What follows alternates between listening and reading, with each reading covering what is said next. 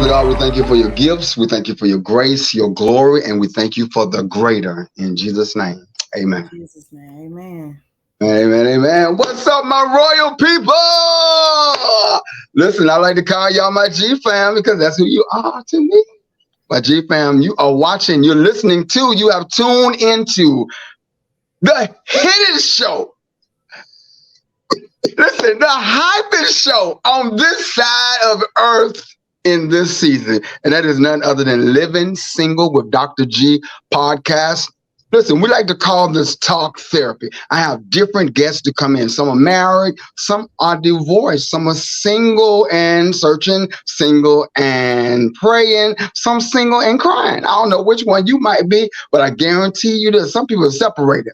Everybody has shared from their experiences as they answered and dive into these same 10 questions. But the different perspectives are going to give you nuggets that you're going to be able to live off of. I'm telling you, they're going to drop some tools and some tips for you that's going to help renew your mind and transform your lives. I guarantee you, you're going to be made the better after this experience. Go back, watch some of the previous episodes, stay with us, subscribe. Please look at the ones that are yet to come because there's some there's some good ones that are on the way.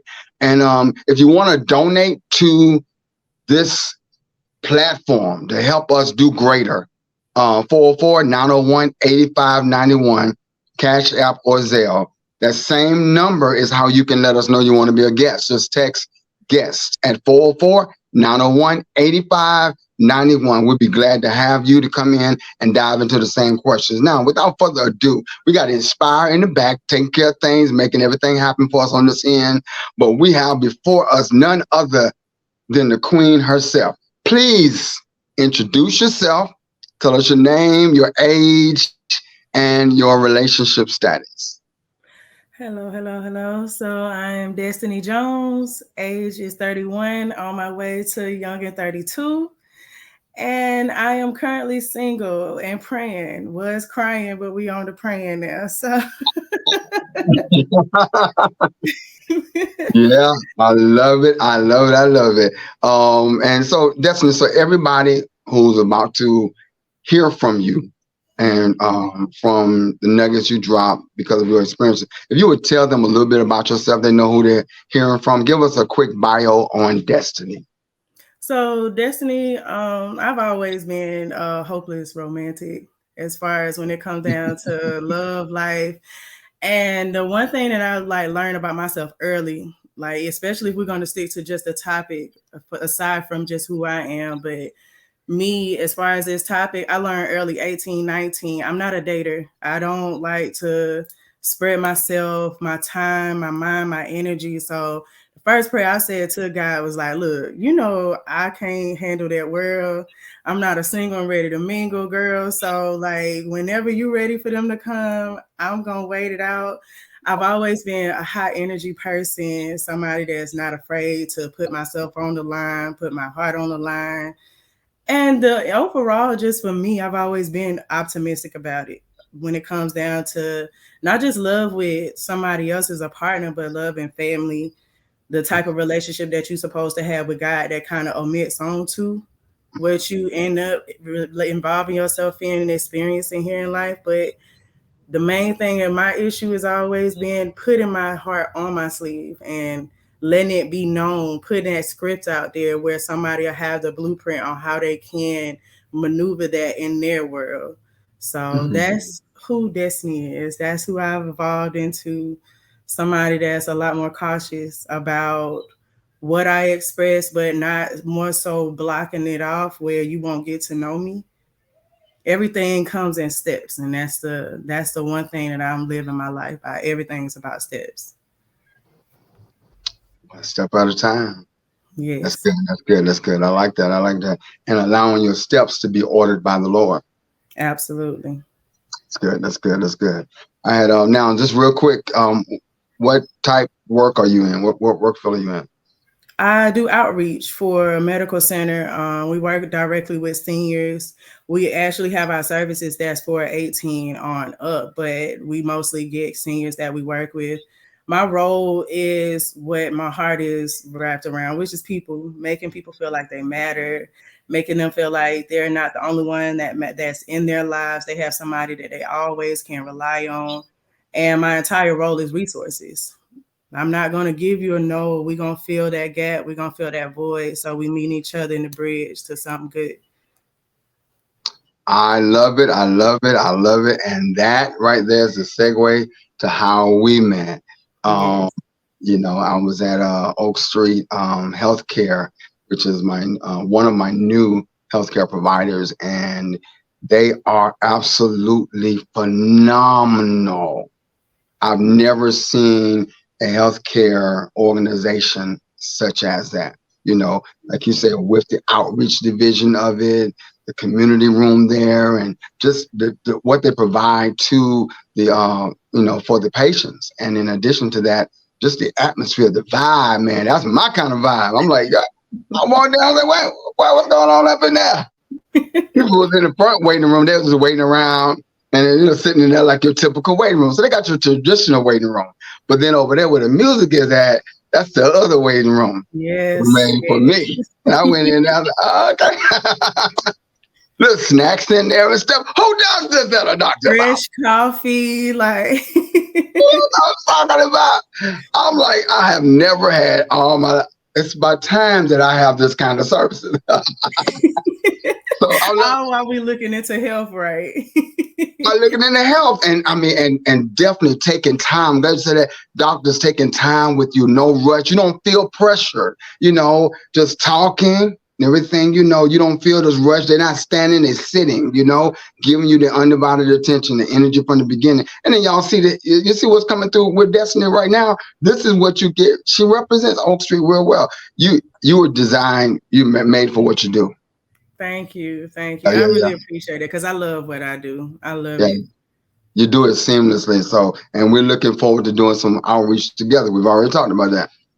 Absolutely.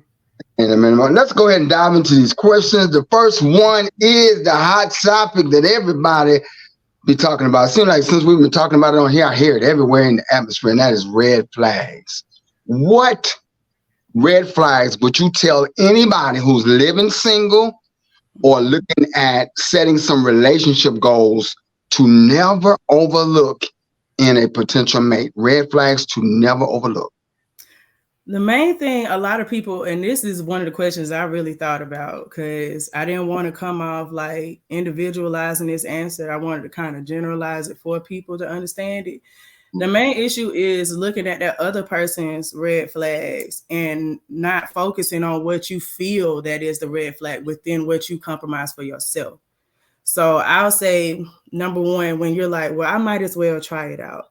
I wonder what it'll be like. I might as well see when you start might as welling in the beginning, you might as well a lot of other situations when you really give yourself to that person.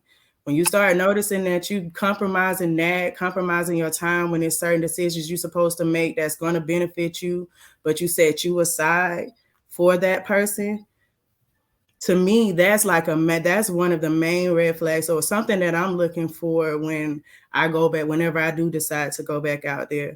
Another red flag for me is no relationship with family, especially with women. When it comes down to me being a woman going out and dating men, it's like I need to know how your relationship is with your mom, even if your mom if it isn't in your life. How is it with your sisters, your aunts, your grandmothers? Like, I really want to see what that type of relationship is. Are you one of those men that can have a relationship with a woman and it stays on a friend level? Because that matters to me. I don't mind a man having a woman friend. It's just the type of relationship and where you allow her to disrespect the situation or where you will. For men, I would say, because I'm not biased. I'm not just because I'm a woman. I'm not gonna give the advice for women. For men, focusing on and seeing a red flag for them should be seeing when a woman only asks questions about like their financial life or their material life, and not taking that time to ask them about them. Right. Because I notice a lot with just people dating. You know, women come back and hold that conversation. Girl, he drive this type of car. He got this kind of job. He got this. And I'm like, well, did he have clean nails? Like, how did his skin look? Did he like to take care of his teeth? Like, did he talk about it? Like, was he Dr. G? You better stop, girl. I'm over here blushing. What? I'm serious though. Like, we'll look past a lot of stuff because we want to automatically from the jump start putting two and two together on somebody I don't even know at all. I just known you for like a good 15 days or 15 minutes. I can't tell how we gonna mesh and what our future gonna be like, especially if we're not getting that deep. If I'm only getting surface level with what you can provide for me. So that's good right there. There's a sister and a guy who need to hear just that, you know, because sometimes the opposite side, the other gender needs to hear, like a guy hearing you as a female saying that females shouldn't come this way opens his eyes. You know, the sister who's saying this, you know, all sisters don't think like this. Okay, you know, I got the wrong sister. Yeah. Yeah, so you don't know what you have. You the core of what you got. You just got somebody who can work a job, make money, and that don't anybody can do that. Absolutely. You know, anybody, but no, everybody can't have this character that you need, and you know, to intermingle in your life. Something that's going to be sustainable. Because they could be driving their homeboy car when they come pick you up or meet you for their first date. Or it could have been an outfit that they used their whole check for. And you just like, oh, he has some nice shoes on. Girl, he spent his last dollar for them shoes. Oh, yeah. Don't know how to budget. Don't know what to do with money. Yes.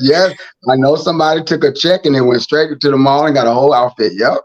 Yes. Yep. Or for the guy, like her lights is off while y'all on this date. Like yeah, baby, and take this flashlight back home with you, okay? Well, I got a few candles in the trunk if you need them, right? And I got some candles. Yeah. Listen, that's some serious stuff because you only devalue yourself when you are looking for the superficial that anybody can provide, almost like sex. Anybody can provide you sex. You can pay for it, give somebody one, you know what I'm saying? But there's some core stuff, you know, and these red flags to what you were saying earlier, you need to even know, can I deal with this? You know, am I going to say, okay, maybe this will work, maybe, you know, and then you're going to start doing that with everything, you know, or when you go in like that, now you're in. Yeah. And you got to deal with whatever end looks like. Yeah, that's good. That's good. Those are some good red flags that I like that. I like that. Appreciate that. Deal breakers. What are the importance of deal breakers, and should they ever be negotiated? And then what are some of your deal breakers? I need to know what your deal breakers are. So deal breakers to me still kind of go hand in hand as far as like red flags. Like what some things that I just I can't. The only thing about a deal breaker is a complete difference as far as like what my tolerance level is going to be able to take. So a deal breaker could be for someone where you just being a little nitpicky and it's a standard of how you were raised and you're not allowing yourself to really get deep with that person to see if this is just something that you stuck in because this is all you know. Mm-hmm. Or are they really just doing something where it's just like, all right, I know I ain't the only person that said this. Right.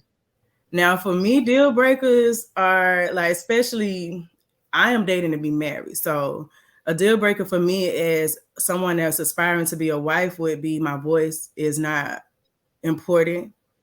Like each time I'm speaking, it's like, oh, you need to listen to me, or what I'm saying is gold and yours is just like, I take it here and there, but it's like flow in the wind. I don't need that.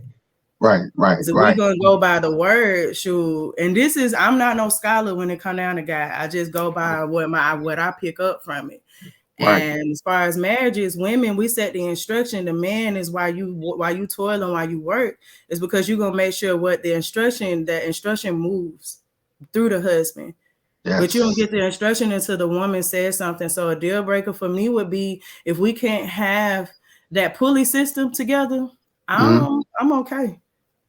Wow. Okay. Okay. Okay. Yeah, Okay. that's pretty much that. I mean, deal break. I don't. You can smack just like if I can lightly mention emotional intelligence. Main thing too. Like I don't mind if I can tell you a little something about yourself, something, especially nowadays in this world because we live in an age of co-signing where Yeah.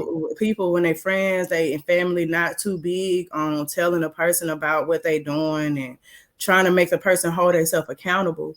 Right. If I can't tell you this and it can't soak in a way where it's going to provide wisdom for you, then that show me that you lack emotional intelligence. And a lot of the scares and the fears of women today in this world, not even just dating, but period, is the fact there's a lot of men that aren't in touch with their emotions. They don't Mm, really know what they're expressing in that moment. So you leave mm, me on a cliffhanger, and I'm not a mind reader, so I don't know how to meet you halfway in that situation. mm, mm, mm. And so you've run across men who have been emotionally unattached. Oh yes, that was pretty much my last relationship since I've been dating now because everything seems like the two times that I have tried, it's like I can tell you a little bit about what's going to make me look good, but I'm not going to tell you all of what's going to let you round up who I am as a person, as a human. I want you to see what I want to help you build that potential in your mind, but I don't want to show you what it really is. Right, right, right. And that's what I've been getting.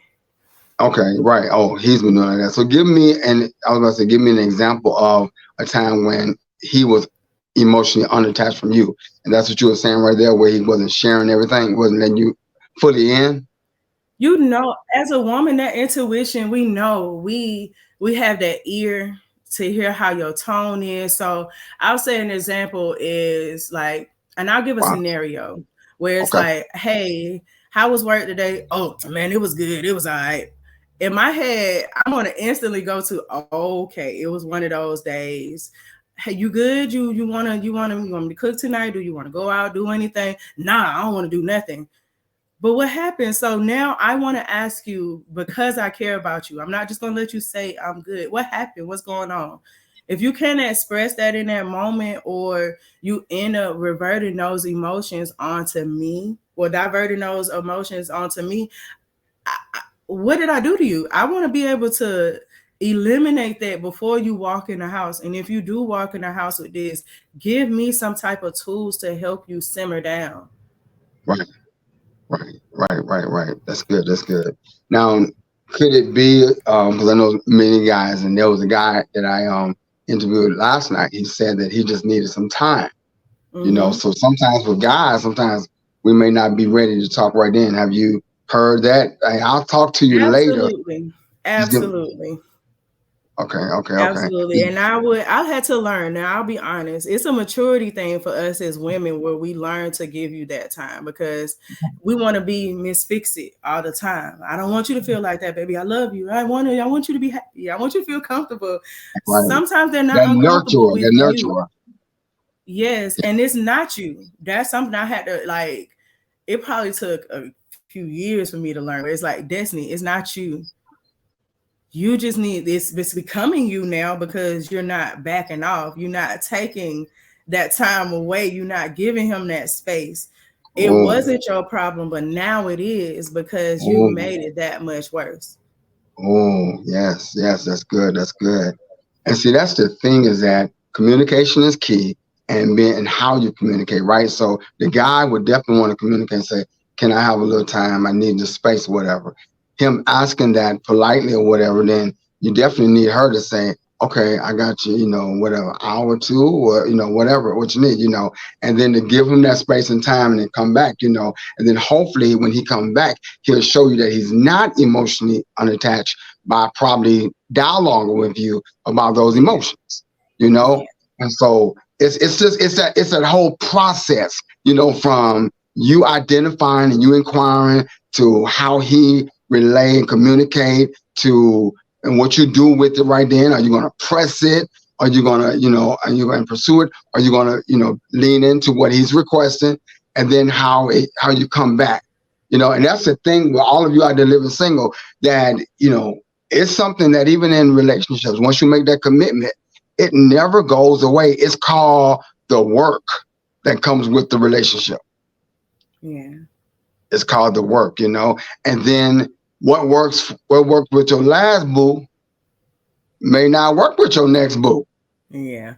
Yeah, and so, but that's real good. That's real good. And to be self-aware, to identify, where you had to work on that, or, how you may be working on that. But yeah, I would say to all the brothers, definitely just, when is, and I know guys who wind down before they go home.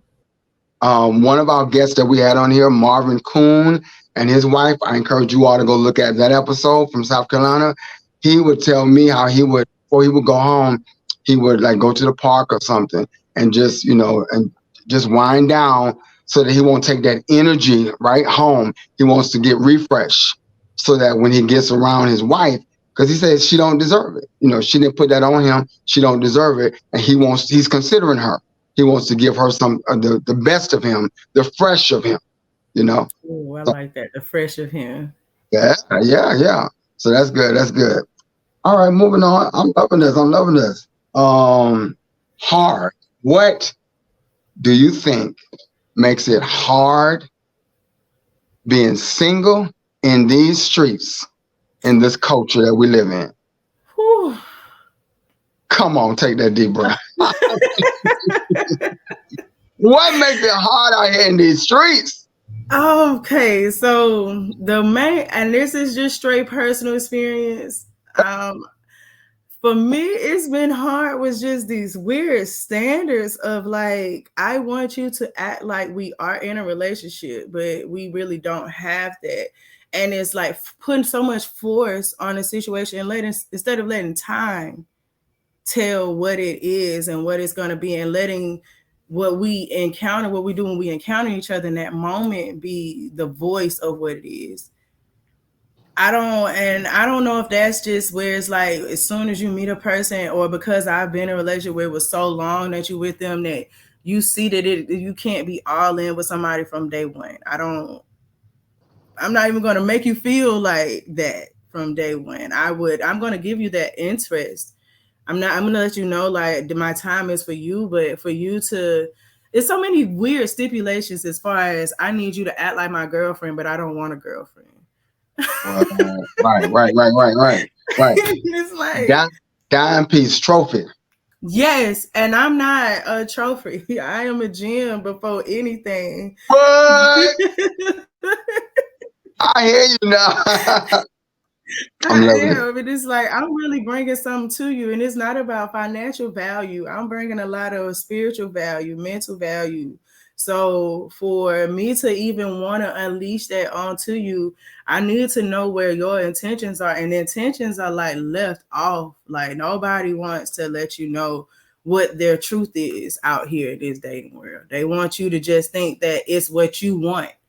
I don't need you to tell me what I want or what I would like to hear. Tell me what it really is. It is. That's right. We need Carfax. Like, we just need something that's just like over somebody's head as soon as you see them, like the Terminator or something. It's like, oh, they do not have a cohesive relationship with his two baby mamas. Like, something like that. Yeah. And you know what? And I think people don't take their time. I think that's one of the things that makes it hard if you don't take your time, because if one person in that relationship trying to rush things and, like you said, want it one way, I mean, well, you confused now. How do you want me? You know what I'm talking? I thought we were in a relationship, but nah, you need your space and, help define. It goes back to communication. Help define this relationship. Let's sit down. I know we are attracted to each other. We feel like we got a little chemistry. But it always go back to communication, right? Yes. Therefore, you're not assuming, you're not moving faster than me. I'm not confused about what we really are. Okay, over here you call me one thing, and here you call me boo. Out there you say I'm your friend. Let me know if you're a roster man, like, and I don't mean roster, I mean a roster. Like, do you have a Monday lady? Do you have a Wednesday lady? Like, how often are you seeing these? Do I need to be Saturday? Because I'll Oh, make sure we just speak on Saturday because oh, that's all you want. But Ross. I'm not gonna make myself seem like I gotta be Monday through Sunday and you only occupy me for Friday through Saturday. Listen here, listen here. You are my Monday, Wednesday, and Friday, girl. Okay, whatever. Like college days. Monday, Wednesday, and Friday. Cool. Do not Yeah, call me Tuesday, Thursday, nor yeah, Saturday. yeah. I'm busy. Yeah, yeah. But so there's this terminology I heard called serial dating. Have you heard of that? No, Like a serial killer, serial dater. They just going there just dating, I just date everybody and they just mama. dating, right? Yeah, and so there's two sides to that, right? So when you're dating, because you got to date to find a mate. First of all, the first Yes. person you date with is it's not a the first date is not a done deal all Yeah. the time. So you got to date, but that's been my thing. I try to be monitor how I date because of my status and my it's about image, right? And so not want to look like every other. I don't even think you can really get the focus in and know somebody when you got five or six or seven different individuals you're dating. You're gonna Yeah. get something screwed up, somebody name screwed up. Oh, I mean, Beth. I mean, come on. I mean, what's your name again? you Oh, and know, they had they you blocked. You are blocked. They don't even want to see you in the streets no more. Like, my name. No, you got some of you know my name. Just call me P then. Whatever. Yeah. I got. Yeah. call me what Yeah. my mama named me when she birthed me, sir. If you can't do that one, then your time and your mind ain't gonna be mine later on. You're gonna want to Yeah. still Yeah. Yeah. spread yourself thin. Yeah. Value yourself enough to know that the person may be dating others, but if they're a serial dater and they got all these, other relationships or situationships going on, that might not be good for you, right? Um, Yeah. and I've heard some Just people the say, "Well, worst now, part, they don't mention that. They won't say that. They won't let you know if you willing to sign up for that or say no. It's like I gotta find out in the process of this. And when I'm asking you why I don't talk to you as much as what's going on with your days, we getting a little bit more time, and then I can ask you serious questions. You know, oh man, I don't even want to know, sir. You should have told me this like 5, 6 months ago. I would have been like, we didn't have to go that far. you know what? You were the second guest to speak on that level. There's one, I think it was Bessie. She said, "Just let me know. We can do this. Hey, this is what we got." And pretty much what you were saying. She's 55 years old. She was like, "Listen, just communicate to me, and I know what we got. So I won't be out on no date." And then Susie pop up. And she's surprised, Or and I was Susie saying, friend taking pictures of you sending it to Susie. "Oh, Like, yeah, yeah." I Talk didn't about sign up for this type of drama. If I wanted that, I would have stayed where I was. Like, yeah, no, no, no, yeah, yeah, no. yeah. Yeah, and it's different, like you say, if the person is aware, they've been straight up with you. And you're like, okay, then I appreciate you sharing that with me. I know where we stand. You know, Yeah, you can move accordingly. If you see something, or somebody say something, you can say, oh, I know, hey, you Tina, right? Oh, okay, yeah, yeah, that communication, you can't get yeah, away from it. Being honest and open with each other, and because people don't do that as they should, that does make it hard when you're trying to meet somebody, take it to the next level, wondering how authentic they are. And why didn't you tell me this a week ago or a month ago? Why didn't you tell me this a year ago? yeah, Yeah, being open and being honest. That's yeah. good. That's good. That's good. Moving on to the next one, settling. Settling. What does it mean to you when you hear someone say, I settled, or I'm not going to settle? What does it mean to you to settle?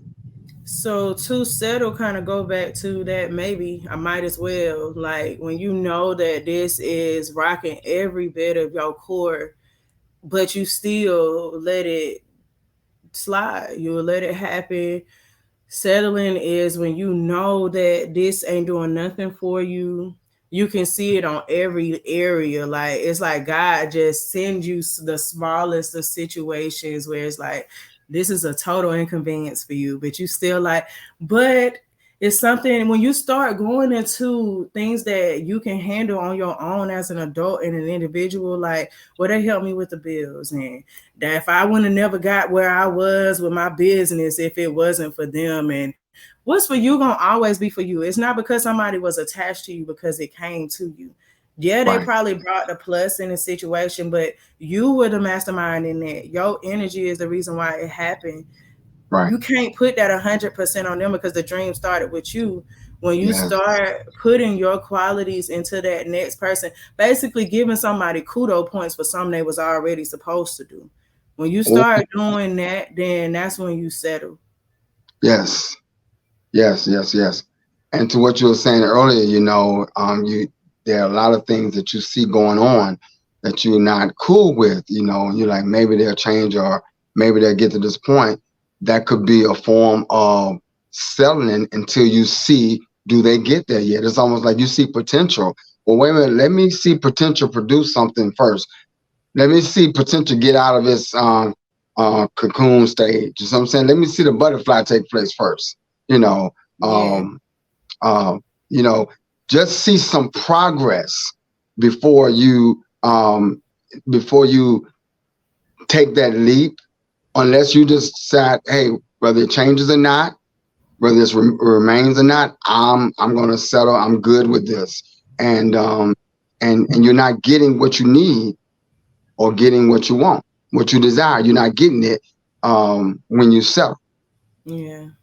Yeah, I mean, especially if you see, like you said, the red flags and the deal breakers, and you see it all. It's not you feel you got question marks about the whole situation, and Yeah. instead of just being patient, you go ahead and settle. And sometimes those changes that you think may evolve never do. And why should it? It's almost like that old saying: why should he buy the cow when he get the milk for free?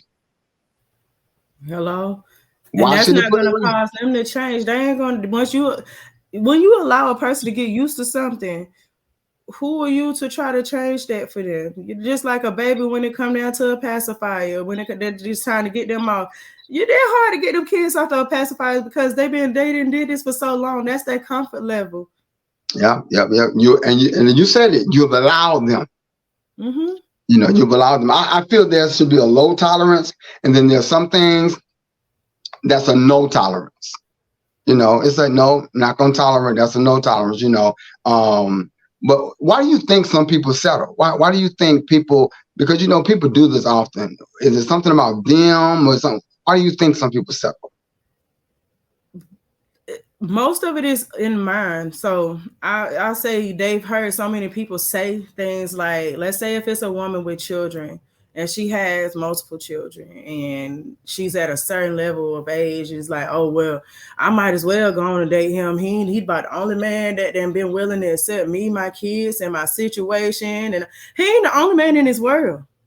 Like, why did you just single him out like that? You need to just see what he gonna do, and then it go from there. But don't just put all them eggs in that one basket because your children involved.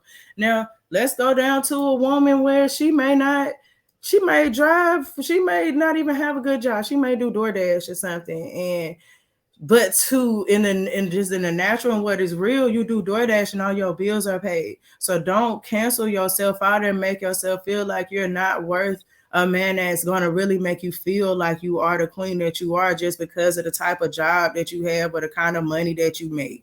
That'll Right, cause a person to settle. right. Yeah, yeah, yeah, yeah, yeah. Yeah, and some people would do it for financial reasons or whatever. But to what you're saying, don't take this disrespect or be degraded because you're at a quote unquote lower financial level or status. You're selling for something less than you deserve. Yeah.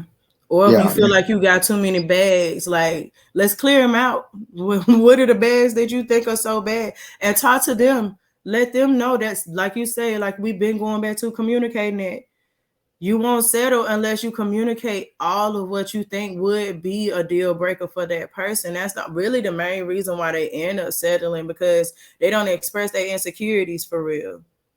Yeah. Yeah. And I Yeah. don't want to have to tell you this because I want you Mm, to see that I'm a confident individual. So that mm, one thing that is worrying me that I should express, I'm not going to express. And that's you settling in that moment because you know that you feel it yourself. If you feel it, that it may be something that may irritate that person, but you're not letting them know that, then you not, again, not giving them the opportunity to see what they're willing to accept and take in and really deal with. So then you force them. It's a two-way street of settling now. mm. Wow. That's good. That's good. Wow. Yeah, there are different layers and different levels of that settling, and if you're not mindful, self-aware, you're not mindful of who you are, really what you need for yourself, and if you don't really value yourself, I think you're going to subject yourself to settling and getting less than you could. Today, we was at Walmart. I was looking for some chicken, hot chicken, and went over there. And the guy was like, first of all, the energy of people with food, y'all got to do a little better, man. Y'all better serve me food. I need some more energy, right? I mean, because I don't need that energy getting into my food. You see what I'm saying? That bad energy. So anyway, he said, I said, so y'all got some fried chicken over there? I mean, we just got breaded chicken over there. Okay. I said, bread, what is it breaded with? I don't know. Yeah, I don't know. I mean, it said breaded on the pack, breaded on the box, and so it's breaded chicken. So it was like giving me nonchalant kind of thing. He definitely wasn't trying to sell nothing. So I'm like, I Yeah. wanted some fried, something. I was like, okay, and so then Dr. Marty came over. He was like, oh, so what's over here with you guys? I said, well, they don't have no chicken. They just got this breaded chicken. Get breaded. Well, he asking about it now, and so he's about to almost order something. Then I said, and it came to me. I said, I'm gonna just go to Kroger or Publix. I ain't about to settle for this. I'm not gonna settle for that because just because I'm here just because you are right before me right now, yes, I am hungry. Yes, I do want to be in a relationship, but just because you're here right now before me, hey, listen, I'm gonna take myself on down to Kroger or to Publix. I'm gonna go on down the road. Yes. You got to go on down the road a little bit. I know you're hungry for that relationship. And yes, I was hungry because I ain't had nothing to eat in a while. I ain't been in a relationship in a while. You're hungry for a relationship. This is gold. Listen, and I'm like, so then he was like, okay, well, I looked at him, appreciated, and I walked away. I made a definite statement. I'm not selling for that because I said, and I told Marty, I said, I can get what you call it, Mardi Gras chicken at Publix. I said, as long as they're selling it today, I can get it from there. I'm good to go, And sure enough, I went and I got Mardi Gras chicken from Publix. So Nothing I can do out there. I got. I'm sitting over here thinking you talking about a something that he did it already. God gave you that revelation today. Amen. In the name of the Son. Just now. I'm telling you. And so I was able to sneak in a little bite just now, man, doing that demonstration. Listen, I'm so serious. We're gonna be hungry for whatever that thing is, but I didn't want no breaded chicken. Yeah. And I didn't want it coming with that energy. Absolutely. Don't settle for that relationship that's not coming with the energy you need. You said it earlier, that lifts you up, build you up, and just to say just for something to quench your thirst or take care of the appetite that you got at that moment. Because guess what? Later on, if you even consume it all, you're gonna like, that still wasn't it. I'm still hungry for it wasn't really what I wanted or I needed, So know what you have a taste for. Or you will be trying everything, you'll be eating up everything. And if you got a certain diet, right? You understand your value. You understand your worth. So guess what? I got a certain diet. You ain't in my diet. I'm not, no, that's too salty. That's too greasy. That's too sweet. No, and that's the same way it is with people. We can't let everybody and anybody, enter into a bond or commitment or relationship with us and into our emotions, you know, um, Yeah. Yeah. and so it's a thing of, correlating other things in life with relationship, and you put more value on sometimes what you're going to eat, what you're going to wear, where you're going to live at, what you're going to drive, where your child going to school at, than you do on your relationship. Absolutely. Because people would not settle for certain things. I'm not eating that, or I'm not, no, I'm not buying that, or whatever. But then they'll buy into every little thing. Things that they know, um, you know, don't fit well with them. That's not a part of their value system. So Yeah, yeah. they going home and eating that breaded chicken, but when they out with folks, they make it seem like they ain't even looking at the breaded chicken, but you sleeping with the breaded chicken. Talking about a side piece. Yeah. My goodness, my goodness. Yeah, yeah, yeah. No, that's true. That's true. Okay, speaking about, and you said this earlier, qualities. So, what qualities would you tell someone going into a relationship, and you yourself, that you look for? What qualities do you look for? And I'm gonna make this personal for you, right? What qualities do you look for in a future mate, and you would advise others to do the same thing? They gotta have this quality. The ability to bounce back, like, and a fluid ability to bounce back. Cause we all gonna fall. We gonna all have moments where we fall off on any level. I don't care what it is, but it's the way you handle that come back up. And I'll just Wow. say that because of me and in my life and where the journey that God has taken me on. The one thing that somebody asked me, they was like, "So I know you happy with where your life at right now because you ain't where you used to be." I'm like, it ain't even about like what I have and what I get to see. It's about knowing that tomorrow, if my job is like, "Hey, Destiny, we got to let you go," that ain't gonna be the end of the world for me. I already know what I need to do. I know what level, what tools I need to go on and pull back out my bag to get on that certain level of hustle mode. I know where I need to go to just start getting that money rolling in, to start thinking about what I need to do to get my time back. And I need to be willing to be cool with the fact that a lot of my time gonna be lost. So I've been put in those situations where it really, you got to be to, and then this just goes to your other question about like the future question of, as me being a woman with dating a man, is what can I do to make him have that level of feeling like you can bounce back. I'm not gonna put no pressure on you, because when I was there, the last thing I needed was pressure on some days. Some of them days, if somebody would have put pressure on me, everything would have fell flat like Jenga. Wow. But like Wow. for me, it is for that's the main quality I'm looking for, is like how well do you handle that fall off to come back up situation?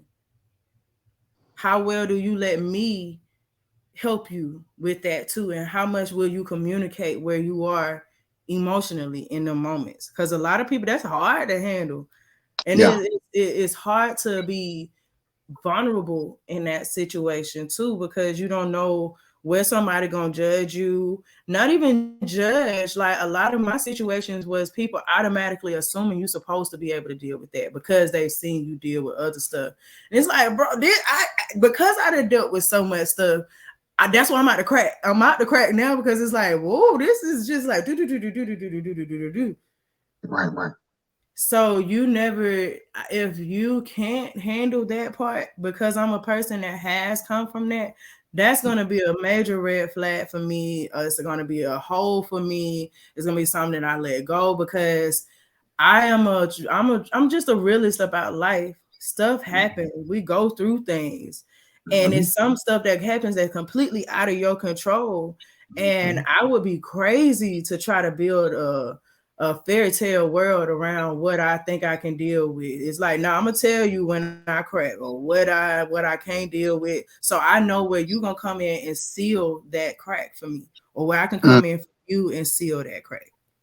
right, right, right. So what does it look like when destiny cracks, or at a time when you've cracked? Quiet instantly. I don't, and you see this whole time I've had something to say. I am quiet, I am closed off, I take time to really, because I get in my head real fast. Like it's more chaos in the inside of my mind than you actually see in like physically. So for me, it's like in my mind, it's like Wall Street and somebody done set it on fire. And everybody in there just like, oh my God. But on the outside, I'm sitting there like, okay, so Like the I gotta person just separate in the from car. everybody. Yeah, I gotta Wow. separate. I gotta take my time away from you. I gotta, and then when I do speak, I don't want to come back to you with this type of energy. So for me, when it gets there, I go completely ghost. Even my family, I'm trying to get better with that now with my, because I get there with my family friends, because the last thing I want to be is a gray cloud. So that's how it is in relationships. Like, and it end up being taken the wrong way because it's like, oh well, you either A, not letting me in, or B, it's a situation where you not letting me be the protector and the provider because you're not telling me. And most of the times it's like, well, some of this is I should be able to handle this, or I didn't want to have to tell you that I wasn't as responsible as I should have been, and that's why this is going on. So let me just deal with that, and I'll take it on. But for me, it's really just not speaking in situations where I've learned over time where you got to talk about that, because you never know how somebody was with there, what kind of words of encouragement they had, or what type of resource they Wow. Okay, so as I'm listening to you, to what you said, it sounds like the brother who is emotionally unattached, who wanted to be quiet and go ghost for a second. had. Yeah, That sounds like the same guy, what I was thinking about the scenario with the guy. And yeah. it's like, so when you go crack, it's almost like some guys do on And a that's why regular. I can speak on it the way that I did, because I know that I've been told that with that, it's like you don't react like a woman, because most women, they want to talk about it, and you just go in the room, you like a turtle, you go in your shell. Like, what caused you to do that? And I'm like, growing up around women, when it is problems, all we hear is conversations about the problem. And I'm an overthinker. So the last thing I want to do is talk about it to where now I'm overthinking what I just talked about, what you just said. So I'd rather kind of shut down real quick so I don't drive myself, go into overdrive in my mind and then make the wrong decision and start doing stuff out of being desperate or feeling like I'm desperate. Okay, all right. Now, does that work for you, or are you working on that? I know I'm going I'm ahead. working on, no, that's something I'm working on. It hasn't worked. It works in certain instances because, like I say, I feel like I'm looking out for other people's emotions and their energy, because I don't want it to be, especially when people know you. You know, sometimes you might try your best to be like, "Oh, girl, I'm good today. I'm fine."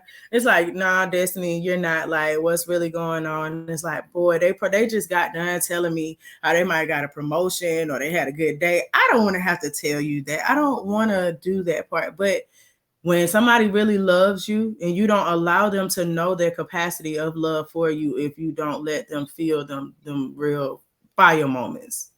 So that's something that I'm working on. I won't carry that on into my new relationship or when I do start dating somebody seriously, because I'm not giving them the open floor to know how to work with me. And I know that just comes from like previous, either how I was raised or the last relationship that I was in, where it's like either you feel like you can't speak on that, or it's when you do speak on it, you should be able to deal with that. And it's only because certain people you have in your atmosphere and in your life is why you kind of groom yourself, and why I've groomed myself into that type of thinking. So that's why I spoke on it earlier as far as with women, like when you do, because I've been told that I handle that like a man, as a woman, that's something you need to look out for as far as that emotional unintelligence or that emotional detachment, because you need to be able, we each other glue. Like, why can't I really bring us back together if we trying to really build a kingdom and have people in our legacy that have kingdom mindsets? We got to be that one thing that keep that together. And if you can't let me do that, or me just speaking on myself, if I can't let them do that, then what kind of foundation do I want to build for my great, great, great, great grandchildren? Do I even want great, great, great grandchildren if I'm not establishing that foundation first? Right. Yeah. Wow. That's a lot there. Yeah. Mm. Sorry. Oh, no. When I say a lot, I'm talking about there's a lot of nuggets there. There's a lot of nuggets there. There's a lot of, and that's what we have to, and that's the whole purpose of this platform, is to pull out of people, just be comfortable, no judgment zone here. Just pull out of people where they are, why they think the way they think, because somebody else out there is feeling that feeling. I'm talking about? They think it's almost like when we listen to a song, we're like, oh man, that song saying exactly what I feel, Yeah. or you read a card and say, oh, these words say exactly what I want. That's what's happening with this platform, is that all of you are echoing the voice of somebody, the same sentiments of somebody that's out there, but yeah, it's good to know that you acknowledge that you are working on that. And the thing about relationships is being honest and open enough where you are to yourself first, and then you can, because some people are not honest with their own selves, and then be honest with the other person. Listen, this is I'm still working on this area. This is my thing. I do like this. My people told me, my grandmama told me, my granddaddy, mama, daddy, all of them told me, my cousin them told me, so you ain't got to tell me. But this is how I handle it right now, And it's something about going back to communication. It's something about being honest and open with somebody. So now it's almost like if you have seizures sometime, your doctor, you need to let me know you have seizures. Because you bust out in a seizure, I'm not gonna know what's going. You can't even tell me, and I'm just going through this, and somebody else come, oh, baby having a seizure. That baby having a seizure, And so you gotta let me know something like that. Yeah, I didn't even know she had seizures. What is a seizure? And so you want to communicate with people.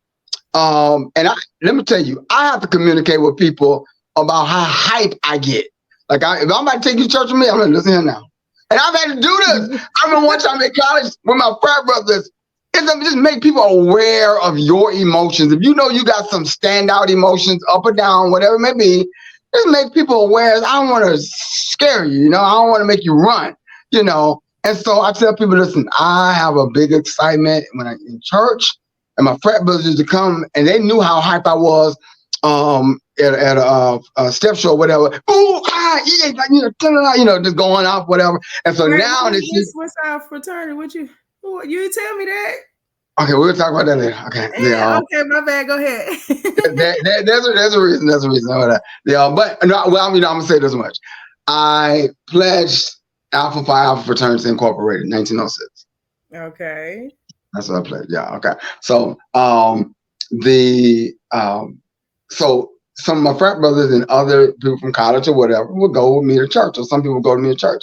Now I'm like, oh man, the choir will be jumping. And so they see me, and then they see me clapping it up and hollering, yes, whatever. And then they see me when people say when the Holy Ghost come, whatever, it never leaves me. But anyway, when I'm jumping and doing my little shout or whatever, I want you to know and be aware of that, because I don't need you tripping, or maybe you don't need to go to church with me if you got a problem with that. Because listen, if you got a problem with me like this, then there's going to be a problem. Yes. And so the flip side to that, any medical challenges I've had or a situation, then I would tell someone, hey, this is what the situation is. So that's the same way we should be with our emotional baggage or whatever the case may be. Let people know, hey, I crack when I get at this moment. This is how I respond. I get quiet, whatever. It's not you, it's me. And then and this is what you can do for me when I'm in this moment, whatever. Going back to communication, because we are not perfect beings, right? We're always evolving, right? And even once I get this together, I'm going to be working on something else. So I want to make sure that I'm with someone who can roll with me, who the core of a person, the character. You love me, care enough for me that, I'm going through it in and up and out with you. You're going through it up and in and out with me, because you care. And you want to see the better of me come out. I want to see the better of you come out. Yeah, yeah, yeah, yeah. Yeah, making people aware. Yeah, but we're gonna come back to that because that's one of the last questions. So listen, speaking about the woman, the Bible says that a woman is a helpmate, right? What's the role of a woman in your eyesight? What's the role of a helpmate? What does that look like to you? So for me, like I kind of started out earlier with it, like we are the voice of our relationship. And to give an analogy, because I'm very visual about like how I'm able to put stuff together. And a lot of it for me as a woman being a helpmate is like a car, right? When we in that car, I'm the steering wheel as the woman because I'm gonna make sure we get in the right direction. But we ain't gonna go nowhere without that engine. And that's where the man gonna come in. If your engine running right, we're gonna get to the destination that we both have agreed on through just me bringing it up and us actually communicating it. So like as a woman, we're just a tightener in this situation. We come in, we try to make things as smooth as possible because our entire being is nurturing. So our role is thinking about where our man's mind might be in certain instances in life and what they may not be focused on with certain decisions that we need to make. So to round it out in totality, to me as a woman, to be the help me is or the helpmate is being somebody that makes it cool, makes a copacetic living situation for everybody. Because a lot of the times men don't know how to communicate; they just know how to do. And I need to be able to be that voice to communicate, even to my people that may not understand how my husband might move. But I know how this works for my household. So that's my place. I'm like the narrator.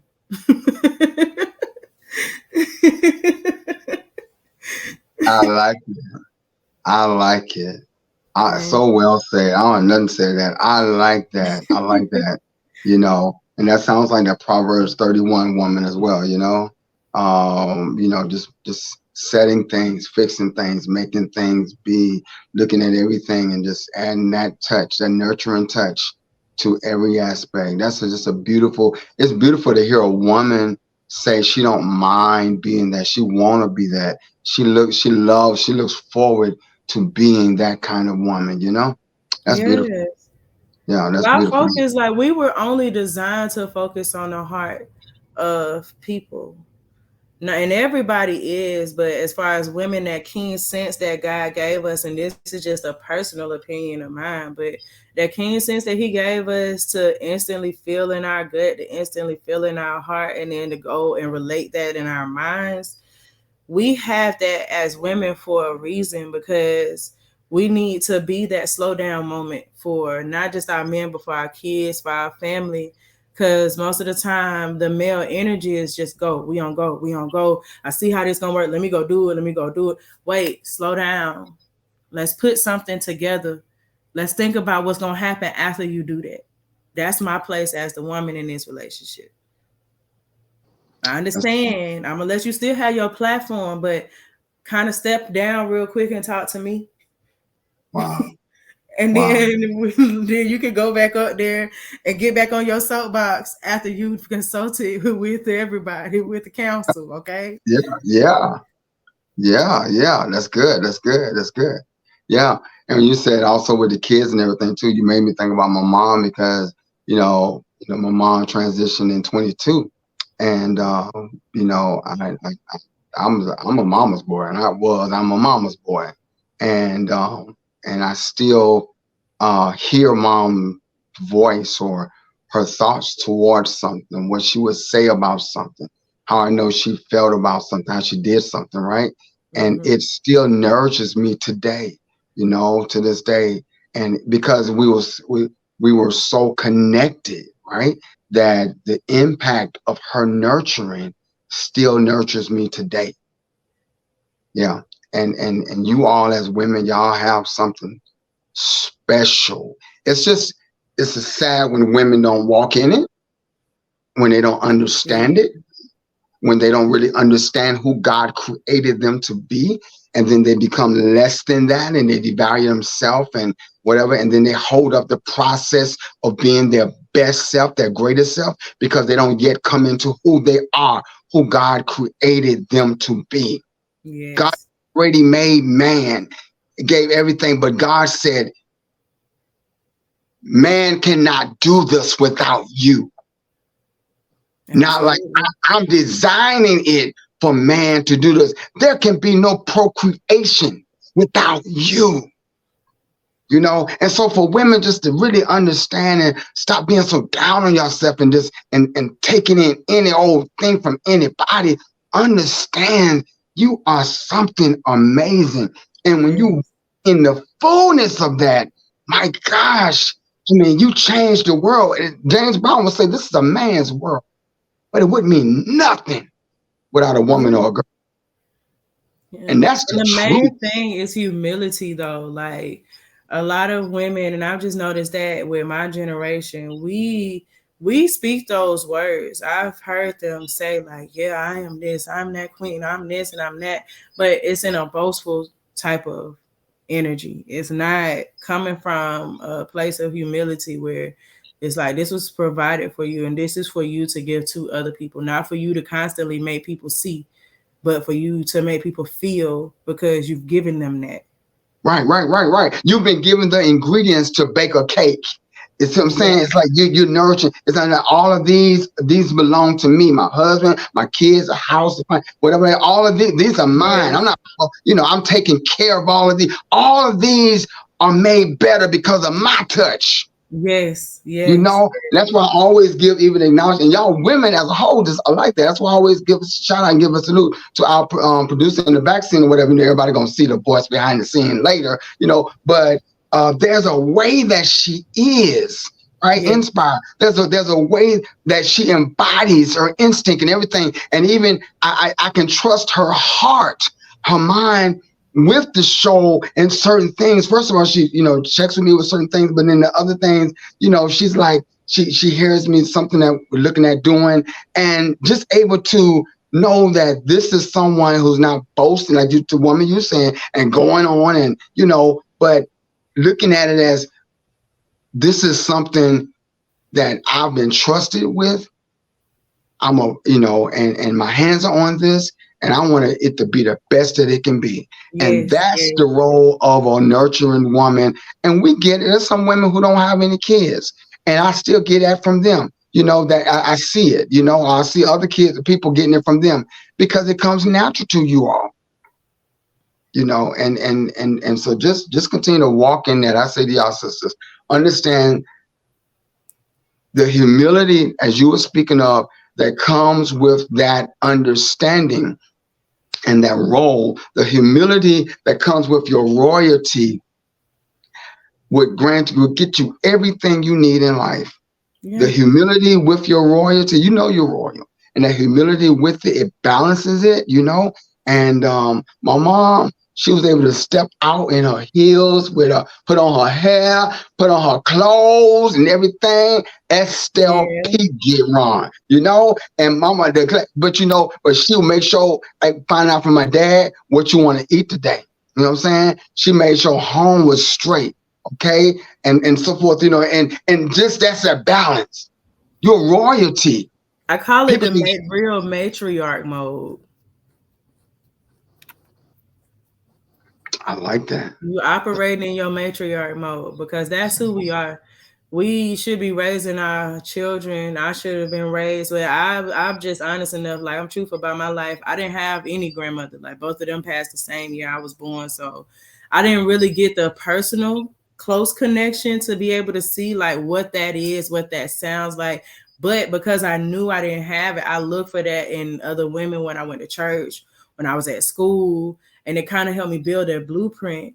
And I was like, I am ready. I've all been ready since I was a kid for Grandma Day, because it's that pride in being able to see what I allow patience to do for me, being able to look back at my family when all my grandchildren there and my kids are there and their wives or husbands are there and nieces and nephews, and just to look at that and see that, I'm so ready for that day, because it's gonna feel so good, because I know that I put my hand in this, but I allow God to steer that hand, to move that hand.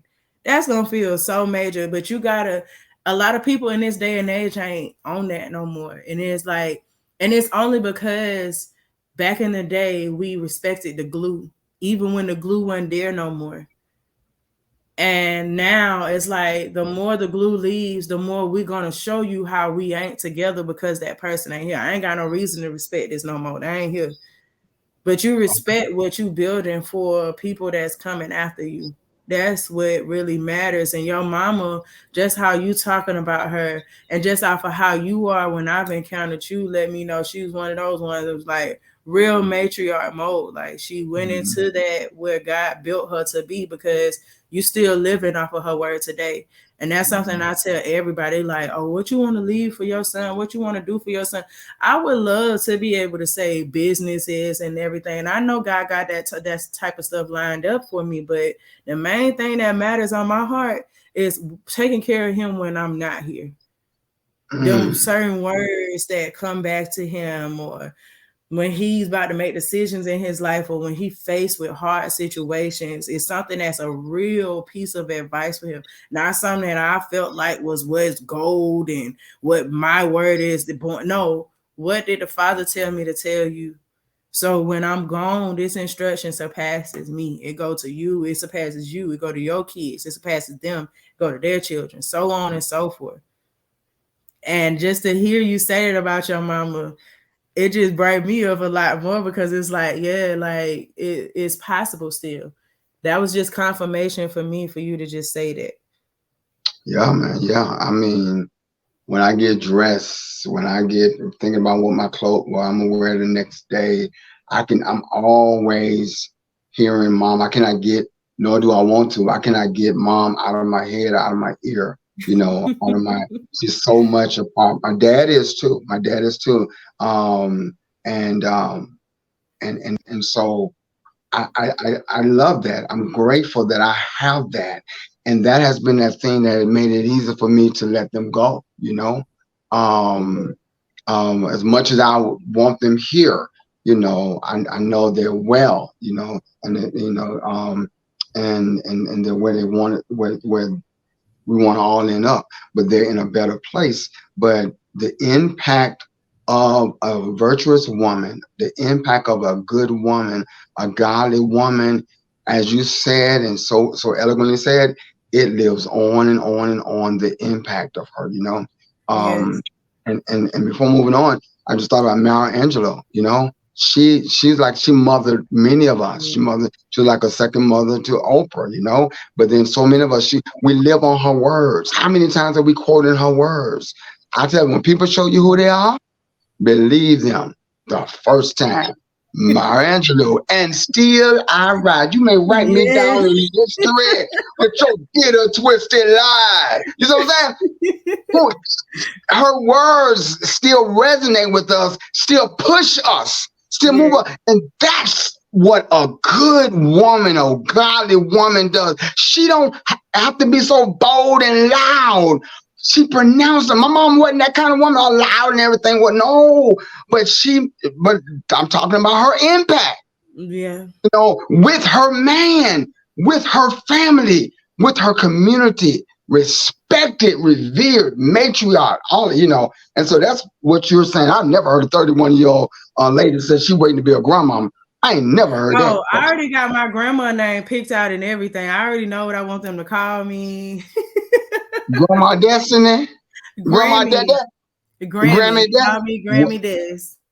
Grammy Des. Okay, Grammy Des. But Grammy Des, we're gonna go on to the providers and the protectors. All right. I'm loving it. So we spoke about the woman and the grannies. How does it look for the man to be a provider and protector? What does that look like to you? We talked on it.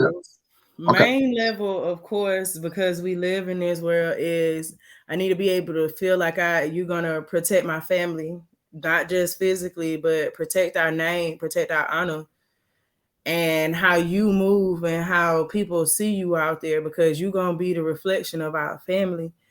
Provide a sense of security, of course, provide financially, but we both supposed to do that because we grown, we adults. Like I would never put that on where it's like, oh, you the man, you supposed to provide.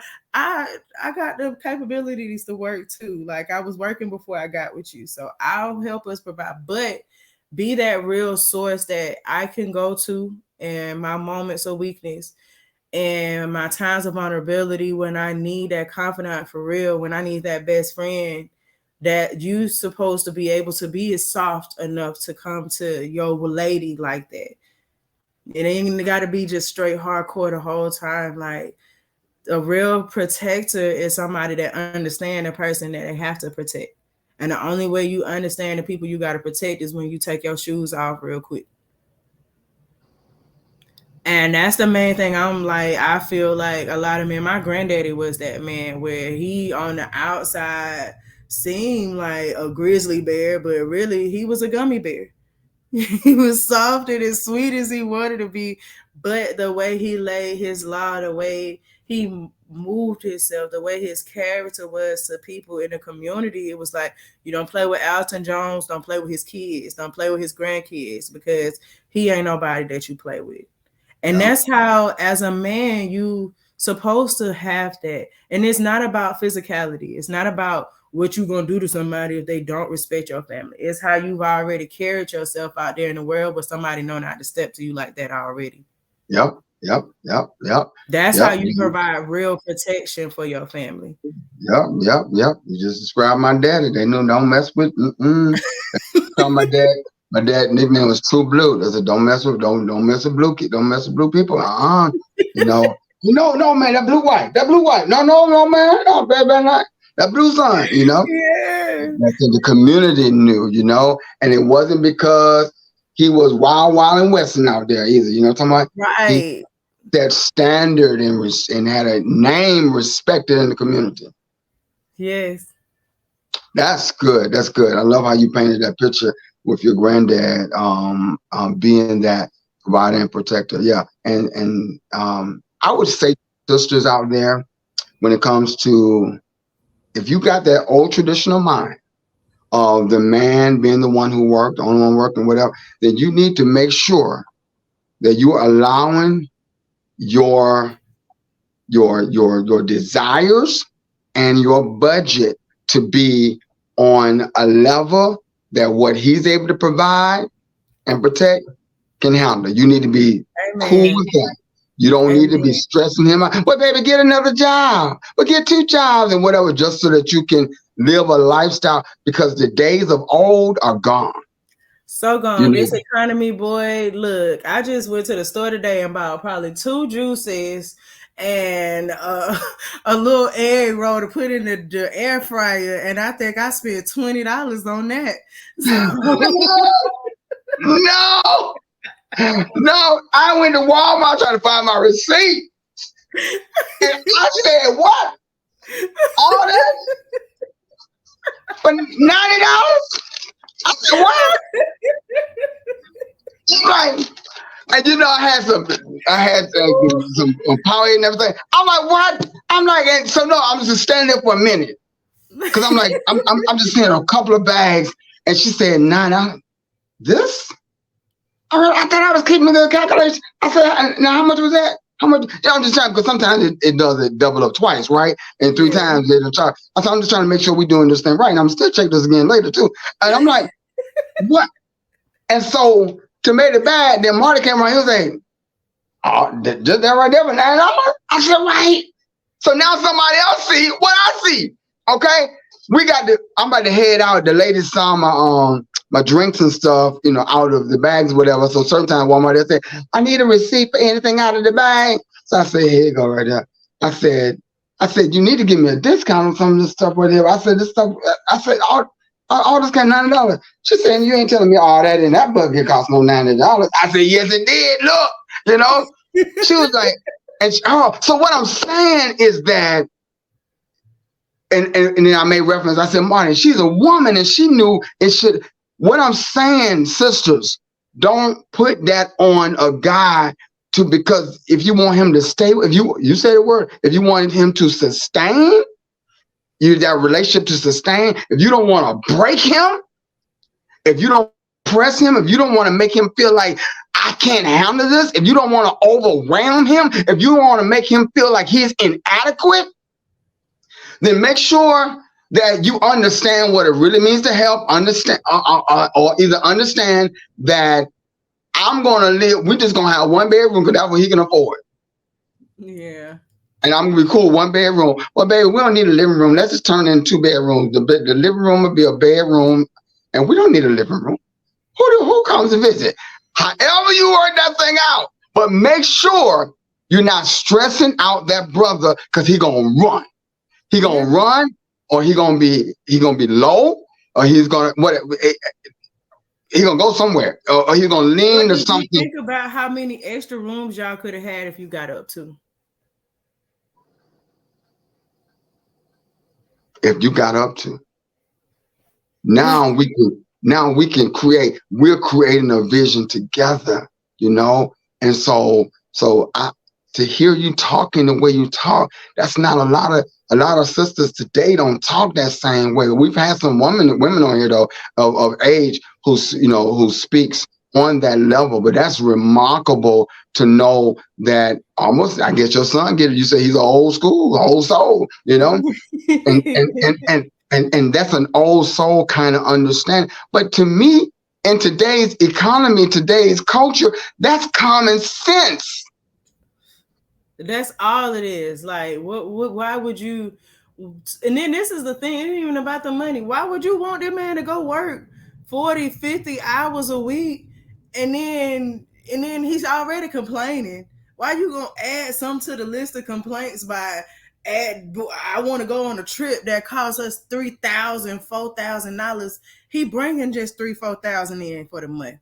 Like the bills and everything that y'all got, probably $26,000 to $3,000. So he just working with $1,000 for that month, and you just gonna drive the nail, just keep driving it in. Like, chill, or don't chill. Get to work. Get to work. Okay. Yeah, chill. Or don't chill. Get to work. Yeah. Are you helping? Or are you hurting? Are you a helpmate or a hurtmate? Which one are you? Yes. Which one are you? One of my favorite shows is Everybody Hates Chris. Ooh, I tell everybody the best way to describe me is Julius. I am the dad. I'm Julius at moments, but I'm Rochelle when it comes to eating my own chocolate. I'm like, wait, I'll buy you your own box. It's mine. You know what I'm saying? But other than that, yes, I'm like, wait a minute, we ain't wasting this. What was that? That's 35 cents worth of that. Yeah. But the thing, the part with Julius to that whole scenario and what we're talking about is Julius always working. He's that quality time. Almost like they had to beg him and pull for him to be able to have it, and so. You don't want your man not to be able to spend quality time with you because he got to go make the dollar just to satisfy you. You don't want your man to feel like he got to do all of that just to satisfy you, because now he feels like it's not about him. It's about what he can do for you. Yes. It's not even about him. It's the dollars. You know what I'm saying? And so understanding men that while you're trying to provide and protect, that you're being honest, you're being real, you're being open, you're communicating. This is what I can provide. This is how I can protect without it hurting me.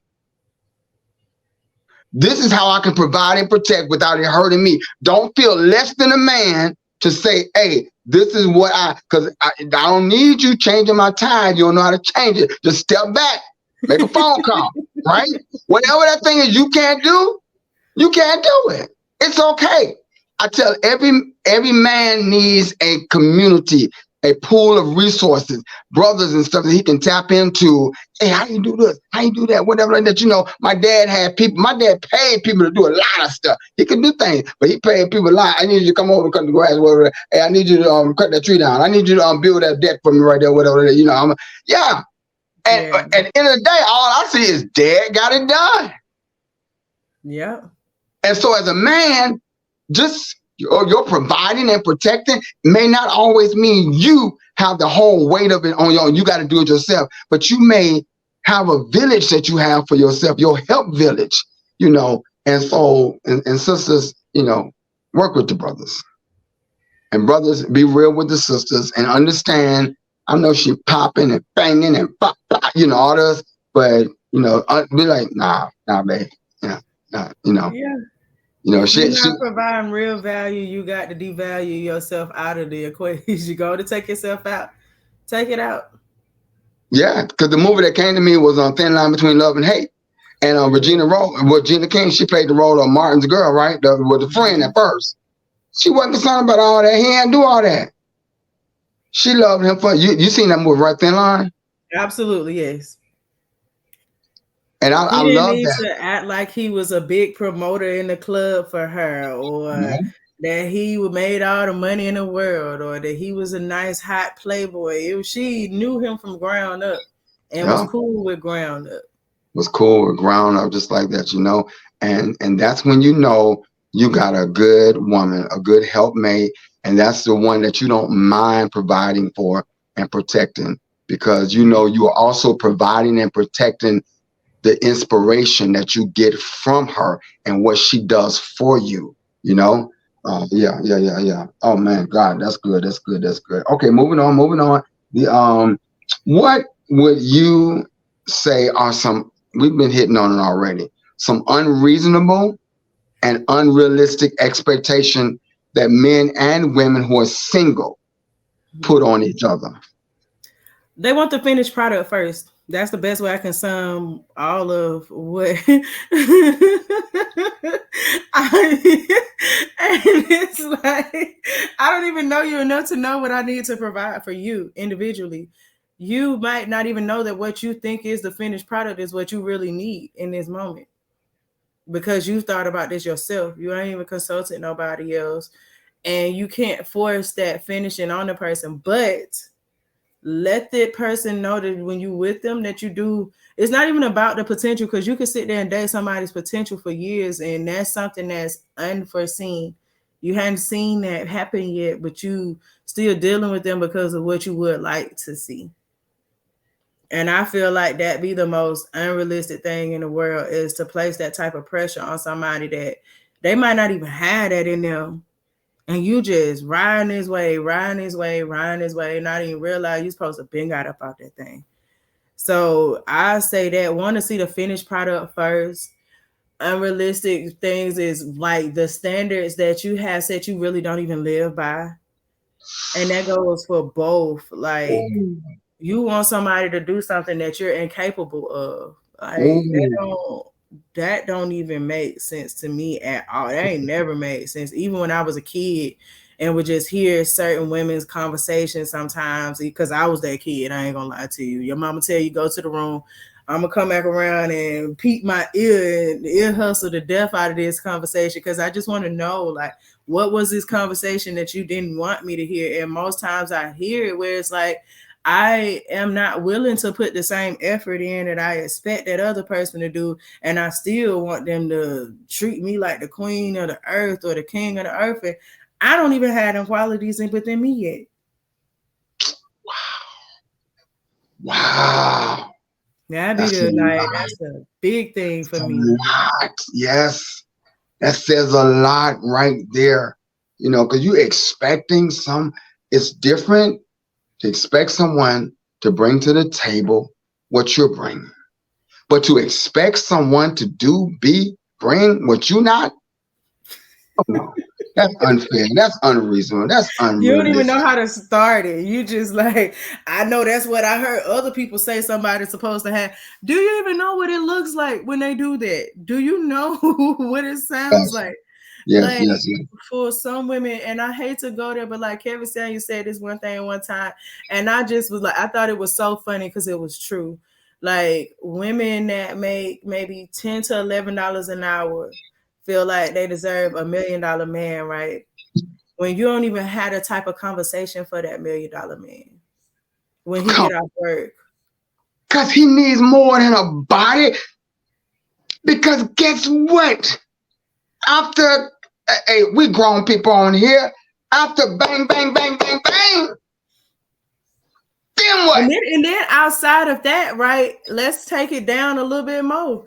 You got $10 to $11 problems, and you want to come home and complain about that to somebody that may have lost $50,000 today, and that's Uh, what you gross in a year.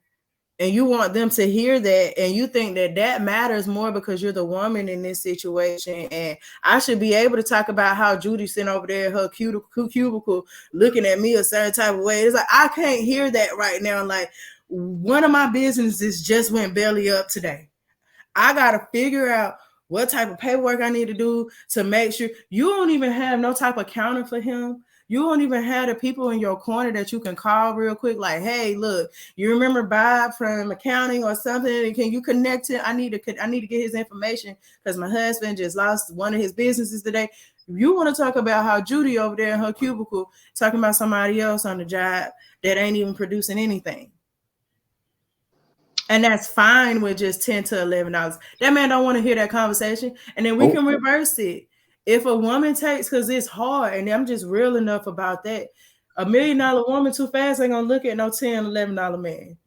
But if that miracle happens and it comes as a $10 to $11 man, realize that you're dealing with $1 million lady. something different about the man and the woman. I believe, from my perspective, sometimes the woman, there's some women, let me put it like that because we can't box nobody. She feels secure. She got a finance. She got a bag, right? Mm-hmm. Don't have that one, that man that makes her feel like a queen. So she feels like a boss, but she needs a man to make her feel like a queen.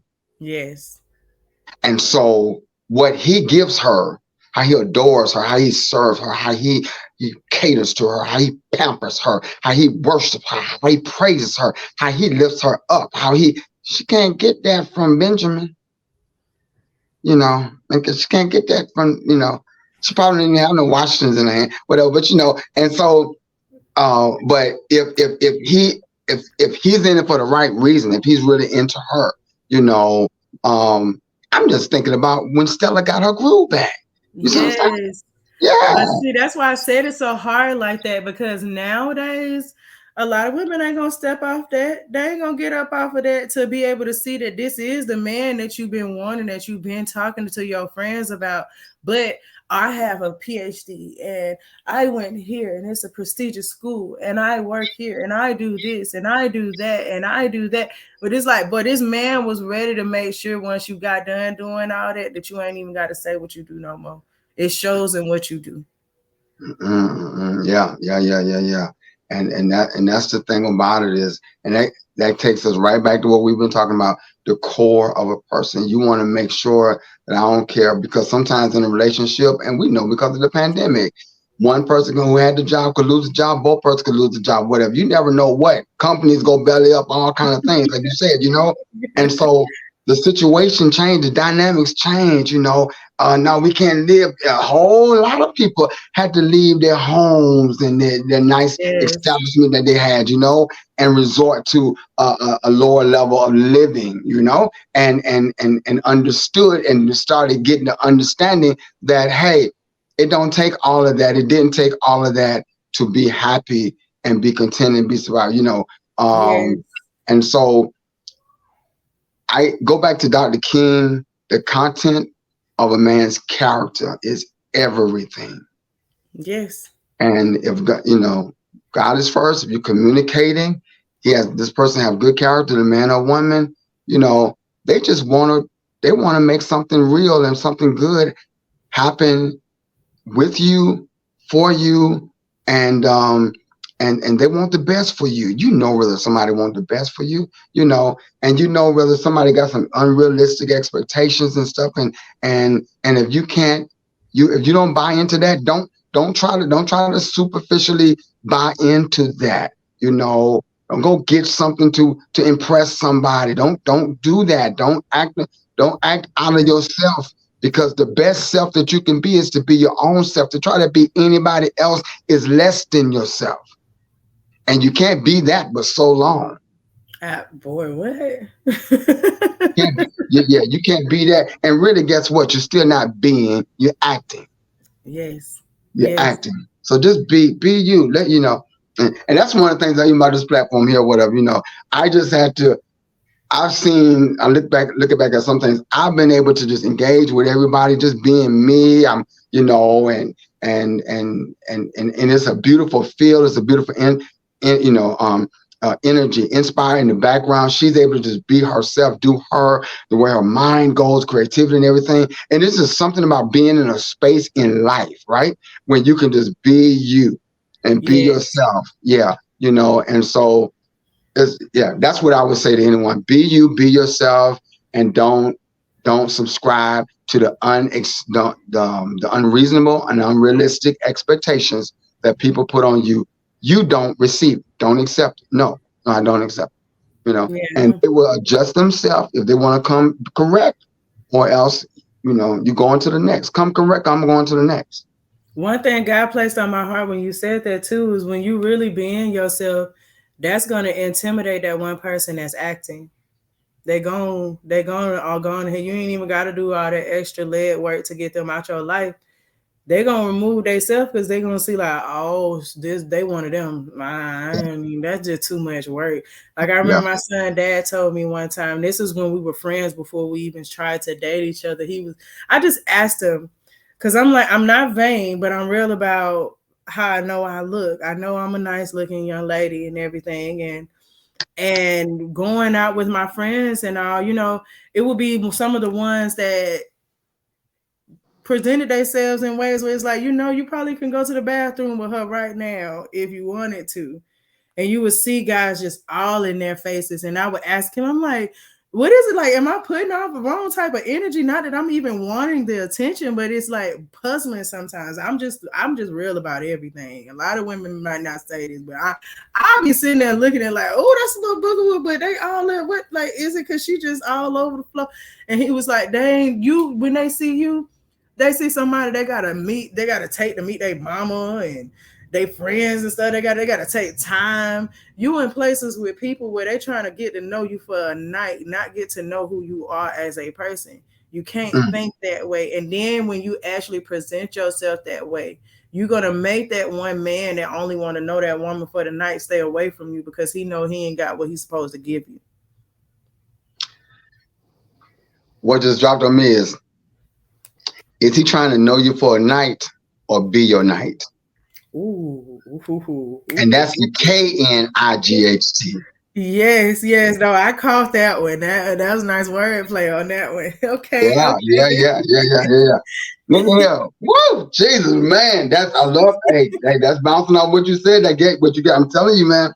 Wow, yeah. And so just understand, be who you are. And don't beat yourself up. Do not. Yeah, because you ain't never got to pretend. You ain't never got to, because you can be you. You know how to be you, I don't care what day of the day, you know how to be you. Do you now, don't get it twisted. You are always evolving, all right? Yeah. You always making yourself better, but you be you and everything. Because then now wherever I am, hey, if they don't like me who I am, then that's not what I'm supposed to be. I'm not supposed to be around you, Absolutely. Hey, we know how to, what's it called? code switch. We know how to do that. We can do that. That's still being me. I just understand in this arena here, right? In Rome, do as Romans do. I know how to do over here, but at the same time, um, I know how to just be me. But I've learned that, like, if I'm going out to eat crab legs with you, I love crab legs. One time I didn't eat crab legs out in public with people because I'm like, these are the things, the little claws don't work. I don't know how to use these utensils like I can use these utensils here. I'll do that and so whatever. But I'm enjoying it. They said, you into it? I said, yes, sir, I'm into it. Pay for them and I'm enjoying them. Wake up, you know what I'm saying? And if I can't do that, then we don't need to do that. Now, if I'm at a particular establishment, I'm saying, well, now I'm going to just get such and such here. So I can adjust myself like that. But at the end of the day, I just gotta be me. If that annoys you, aggravates you, so don't try to be anybody else. Sisters, don't. Recently, China, what's her real name? Black China. Oh, Angela. Angela, right? Angela Smith. No, is it Angela Smith? I don't know, but Angela. She started taking off stuff that she had put on because she was trying to conform to what other people's expectation of her was. Yeah. And she finally matured to a place to say, let me take this off. I want to be me. I want to be free. You ain't free until you be you. Yeah. You're going to always feel restricted, bound up under some microscope. But man, it's a liberty, it's a freedom in being you. And then you can genuinely find somebody, because you don't need to be faking over here. And then you run across somebody who's faking, and then y'all like each other fakeness, right? And then a whole relationship of imagery going on, right?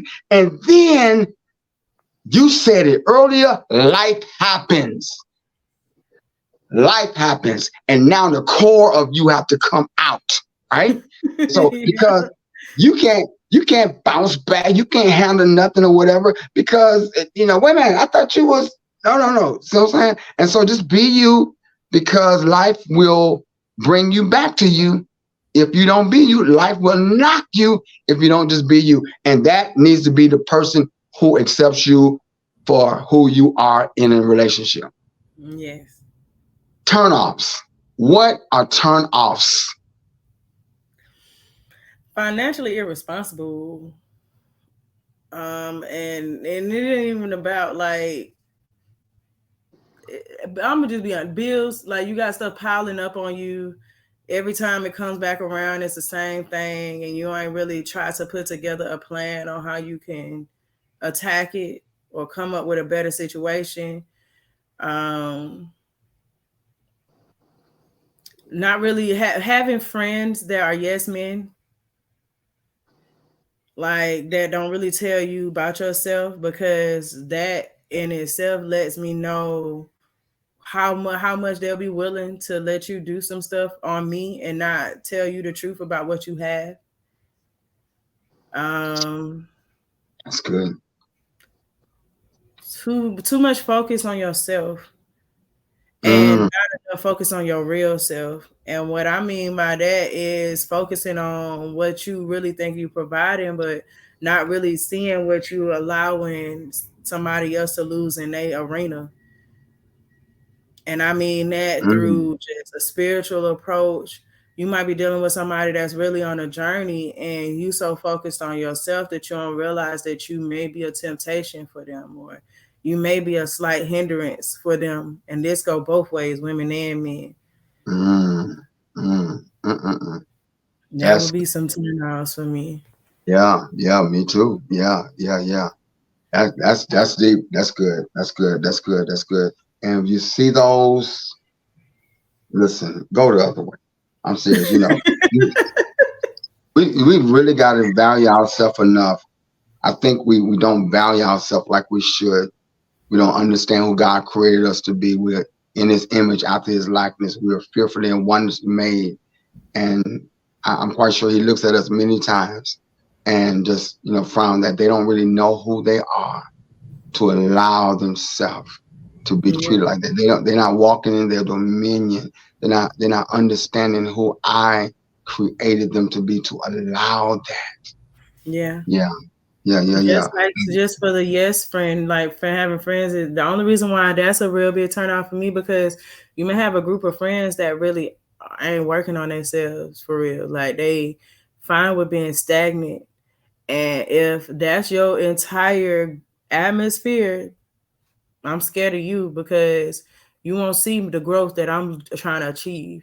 You won't see the growth that I want both of us to achieve together. You won't even see the growth that I want you to have for yourself, even if you're not with me. Yeah, yeah, yeah, yeah, yeah. And bad company corrupts good character. And Yes. that bad could mean that they have a bad self of sense of self worth, Yes. and whatever, and eventually that will impact you, if that's your Absolutely. company. Yeah, that's your company. Okay, we've talked about this a little bit already, but self awareness. How important is it to be self aware before entering into a relationship with anybody? Woo. That is the most important. That's all that's important. I call it a Mr. T moment. Like my friends was like, "What's the one thing that got you just confident in knowing, like, when you really approach, when you out here dating, or when you allow somebody to just have that conversation with you, what makes you so confident in it?" I said, because I didn't already talk to myself about the stuff that I don't even like, that I know that they wouldn't like. I'm not lying to myself. I went in the mirror and I told myself about myself. I even got down and dirty and cussed myself out. I called myself out my name. And when I got down to the nitty gritty, it was like, oh, okay, so I know what come with me, good and bad.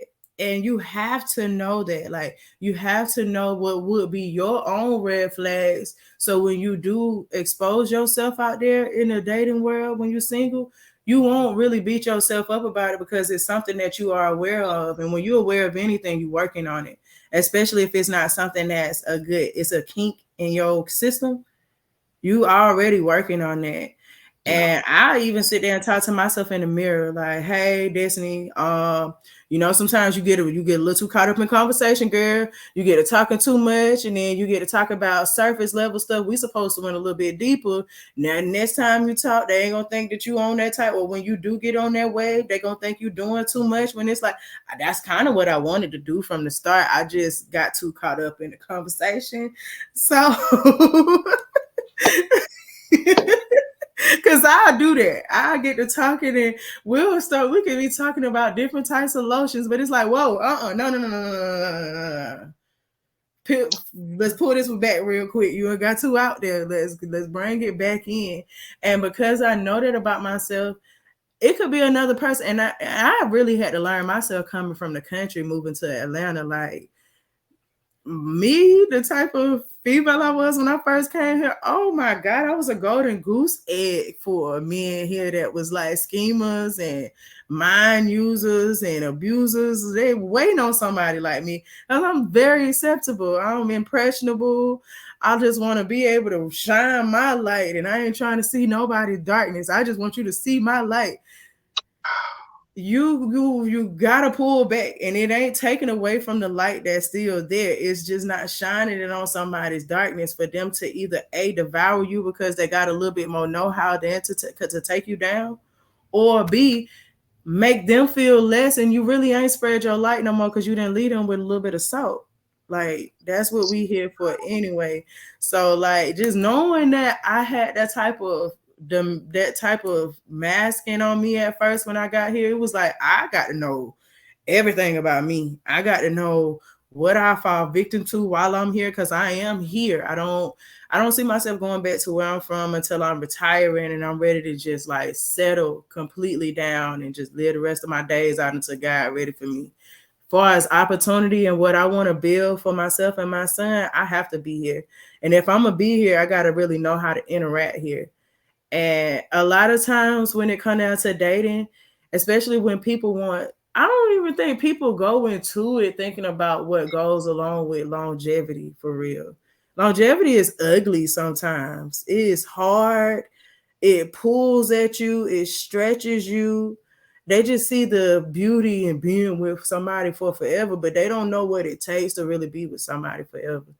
And I had to really see myself for what may be the moments I be ready to quit. In some situations, when it comes to marriage, you can't quit in that.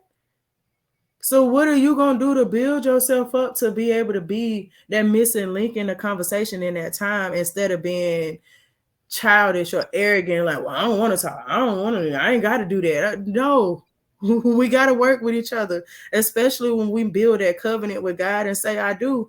Oh, we have to. We have to. And the only way you can is being aware of every area of who you are. And that junk is hurtful. It is. It hurt. It don't feel good. It don't look good. It don't sound good to tell yourself some of that stuff sometimes. But and this is just for people that end up watching this. Like, it be embarrassing. Like, it's thick. You have to sit with that for a little bit. It might not even leave in 5 minutes. It might take 5 days, 5 weeks, 5 months. But it's all in what you allow yourself to clean up with it. Don't just sit and let it, don't relish on that. Like, once you see what you got in you that may be negative, or something that you try to hide from yourself and thought you was hiding from other people, when that surface, thank God first that you was even able to see that. Because a lot of people go their whole life not being able to assess the good and the bad, and to be able to handle the bad and move forward and trying to figure out how you can make that good. They stop at seeing it and then beat themselves up. Oh my God, I didn't know I was doing this. Now I gotta apologize to such and such and such and such and such. I got is good for a reason. When he see that you see the good in you, them situations he gonna make good. As bad as you thought they was gonna be, he gonna make them good every time, as long as you believe it. But you only believe through looking at you for real. Yes. Yes. Yes. Yes. Wow. Wow. Wow. That was awesome. I mean, one of my favorite songs by Michael Jackson is I'm starting with the man in the mirror. I'm asking him to change his ways. No, Message could have been mess would be any any clearer. clearer. If you want to make the world a better place, you better look at yourself and make a change. Yes. No message could be any clearer. Look at yourself and make a change. Be so in tune with yourself. What's your love language? What's your top love language? Touch. Okay. I am a toucher. I will rub your back. I will scratch your back. I will start massaging your shoulders. I'll rub the back of your head like, hey, what is happening? You okay? Even my friends, I'll be like, girl, you good. Don't even worry about it. God got you. You gonna be fine. I am ready to touch. I was like that from a kid to now though. Yeah. I'm like that as well. Sometimes I always tell people, I said that one time they were all running neck and neck for me, because either one, but then as I became more in tune with myself and self-aware, then I realized quality time was my top one, right? The other ones are real close behind, neck and neck, but quality time, and it doesn't have to be quantity, just quality time. I know this person want to spend time with me. There are two people in the world, two of my closest friends. One is my BFF and one is my BF brother. Brother he believes that brother is closer than when you call somebody your best friend. And so I'm talking about Derek Ficklin and Mike Eady. When I'm in their presence, I know they want to be around me. Yeah. I know it's about me. I know, and it's just, and that feeling, and I get this feeling when I'm around them, and this feeling is like, it's incredible. So sometimes when we watch our friendships, now we can use that as a measuring rod, that I shouldn't feel less than this with a mate. I should feel at least this way or definitely more because I'm Yeah. engaging in more with a mate than I am with my best friends or my friend. Right. So my friends get me to this level. This is how I feel. That's why I want to be around them or whatever. So nothing less than that, because hopefully any mate is going to be your friend and then everything else is goes up from there, Yeah. you know.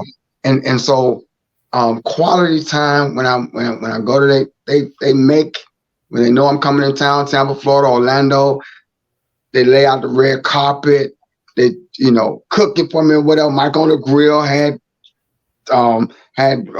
crab legs and stuff, and not snow crab legs, king crab leg, whole big thing, all kind of stuff. Had Oh, we whole sweet, fancy. yeah, yeah.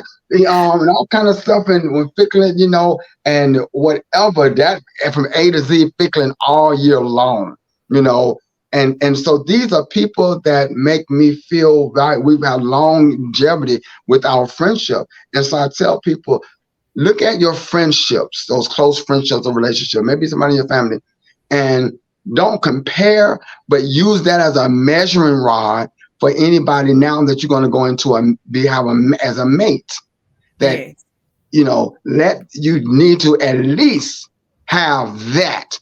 And what that Maya Angelou, once again, let's put on you. She said you might forget what a person say to you or do to you, but or do for you, but you'll never forget how they made you feel, Yes. how they treated you, and that's why we are connected right now, because of how you made me feel when we were speaking. That joy, that sunshine, that effervescence that you projected right there in the parking lot while you were setting up the tent and everything. I'm like, yes, you know. And so in relationships, you don't want to have a stranger or a friend or somebody giving you that good feel, right? And you Yeah. and your mate is not. Know yourself enough. Don't try to make yourself feel a certain way around somebody. I'm not feeling this way around them. I'm not talking about no butterflies jumping up and down, all kind of stuff, but just that thing. I feel my best when I'm around you. Yeah. I feel Yeah. secure to be that weird person, that one person that I'm pretty much myself in the car by myself in the shower. I can be that person in front of you. Yeah. Yeah. I like that. I like that. I like that. Self-aware. So, two wonderful things about yourself that you're self-aware about, and two things that you're working on. Two wonderful things. I am a ray of sunshine. I have always claimed that when I'm in my element, I'm in my element. And the main thing for me is I make people be humans. I really make you feel the human in you when I talk to you. Nobody else in that moment matters. Only us in that conversation. That's a beautiful gift that I know God gave me. Real good. Beautiful. And thank you, Beautiful. thank you. Then the other one is I am a very good listener. I will make sure that you know that when you talking to me, that this is really like a diary. Because when we write in our diary, as cliche as that is, most of the time when you write in your diary, you ain't talking out loud while you writing, right? You're just That's writing, right. writing, writing, writing, writing, writing, writing, writing. That's right. And when you're doing that, you holding that conversation with yourself in that moment, but you writing it down to be able to come back to. Your diary ain't talking back to you. It's not having a comment for everything that you write down in that book either. And that is the one thing that I know I give a lot of people when they talk to me is I am letting you. God gave me that gift to kind of feel when it's like, all right, now you can say a little bit of some more. If you just, it ain't even about gifts or good, like God giving you that gift. It's just really listening, really paying attention to that person. I really am an observer of life. So when it come down to that listening part, I give people the floor to let them know they're in a safe space. And most of the time, maybe even be strangers. I can be at the grocery store somewhere, and next thing I know about people that live 5 6 states over, what they're going through in their life and their relationships, because that person know that they can talk to me about it, and it's a vaulted situation. This ain't everybody business, because it took a lot for you to tell me this. Yeah. Be You vulnerable. talk to yourself a lot before you talk to me about this. Yeah. Yeah. Yeah. That's good. That's good. Oh, Now, wait, two wonderful things. Oh my gosh, they really are. Those are treasures. Those are qualities, precious qualities. thank you. And you said the two other. This is one of the questions I didn't read. I'll be Two honest with things that you're working on. you. Ooh, working on is that Because see, clapback. it's important, and this is what being self-aware. Some people they can name their bad place, what they're working on, what they need to work on. And it's hard for them to even name anything good about themselves. They don't feel worthy to even seeing the good in themselves. And then some people are just the opposite. They can tell you all the good, whatever, but they can't think, I don't have no flaws on. I don't know. I mean, I'm good. I'm Oh just no, no. working on Flaw for what you destiny working on. is I clap back of my mouth. I pull back, slow with the tongue. I pray on that with a lot. And it's like as soon as I say that prayer, God send a situation that make me test it. It's like, oh, you said you sure you want to be slow on your tongue? Let me see how you deal with this. And it'd be like, you for real? It had to be that fast. So my clapbacks, like I got to work on that when I'm real enough to say that, and it come out sometimes it'll spit out, and I'll be like, "Ooh, look." I guess that's what I felt because I ain't even think about that. That just came out. Sometimes in certain situations, when you really want to resolve it, that ain't needed. Be quiet. That tongue coming out quicker than that mind rolling. What? That Bible talks about that tongue, that tornado. And it cut off. I am like an axe murderer when it come down to like, Oh oh, gosh. you said that? Okay, cool. I don't need to talk to you no more. I'm not a chance giver sometimes. It's just like cutthroat city. Oh, And you never know, especially dating. Like, how would know what I'm really willing to work with if I'm just like, nah, I don't like that. I'm done. I'm good. You well, gotta be open. how many bleeding men you got out there that just sliced up trying to heal and be stitched up? You done slice them and cut them up. How many we got out there? Destiny? I ain't got too many. I say that. I ain't got too many. I do have the ones where in that moment when they try to speak to me, I can feel where their angle is and what their intention is. And I tell you straight up, you thought you saw an Instagram girl when you talk to me, I'm gonna be Velma, and I ain't got time for you to waste my time. Realize that you're talking to a nerd that just so happen to have a body. I'm sorry. I'm gonna go on and cut this off now. And they be like, "Dawn, you mean you?" No, I already knew where you was coming from because before you even walked over here, your eyes was even down. They never went up here. They was a down, neck down. So go Yeah, on ahead and stay over there. Got yeah. guys at the bar thinking if you buy a drink that a $12 or $16 drink is a conversation starter. The conversation starter is hey. That's the simplest conversation starter ever. But you Yeah. think passing a drink or letting a bartender give me a drink is gonna be flattering. And be like, oh hi boo, hey, yeah, thank you. I was gonna do that for myself. I already kind of had a budget for myself before I came out. And I Oh ain't my even God, he bought I me a haven't drink. Oh my God. He's so sweet. He bought me a drink. Oh my no, I ain't doing that. I ain't He bought doing me a, that. he I'm not. bought me a drink. Everybody in the bar, thank you. I would like to get your attention and let you know that this man at the end of the bar that's been staring at me the whole night got me a drink. He's such a gentleman. Sir, I'm a grown woman. I was about to do that for myself. I came out here to have a good time. So I already knew what I wanted to do. You could have just come over here and said, hey, how you doing? So let me speak for the brothers right here, right? Okay, because let me know, because I've been told I didn't need to do that. So we don't want to be rejected. We do have emotions too. We have feelings. And so we don't always know how. We don't want her to get away. And we don't always know how to approach her, and will she be receptive to our approach, especially in a Me Too society? Is she gonna um, be receptive to my approach? And so what can I do? Okay, at this distance a bar, right? I can send a drink over because that's quote unquote the thing you do at a drink. Unless you're gonna call the florist right quick. Can you bring some I'm out here bar 202 down here on Peachtree Street. Can you bring some roses? And so he went to the Kroger right quick, just to get a couple of roses, bartender, make sure she don't leave, and so a brother don't always know how to approach, and it's his nature to try to connect and find and be enticed, whatever. So now in a day, he could have approached 5 women. I got beat down 5 times, embarrassed 5 times, killed his little spirit, but he see you, he don't want to let you get away. I believe that women should do something to make it easier for the guy. Let the guy know 2 things. I call it the AI, and I'm not talking about artificial intelligence. AI. Let him know that let him know that you are available, and show him that you're interested.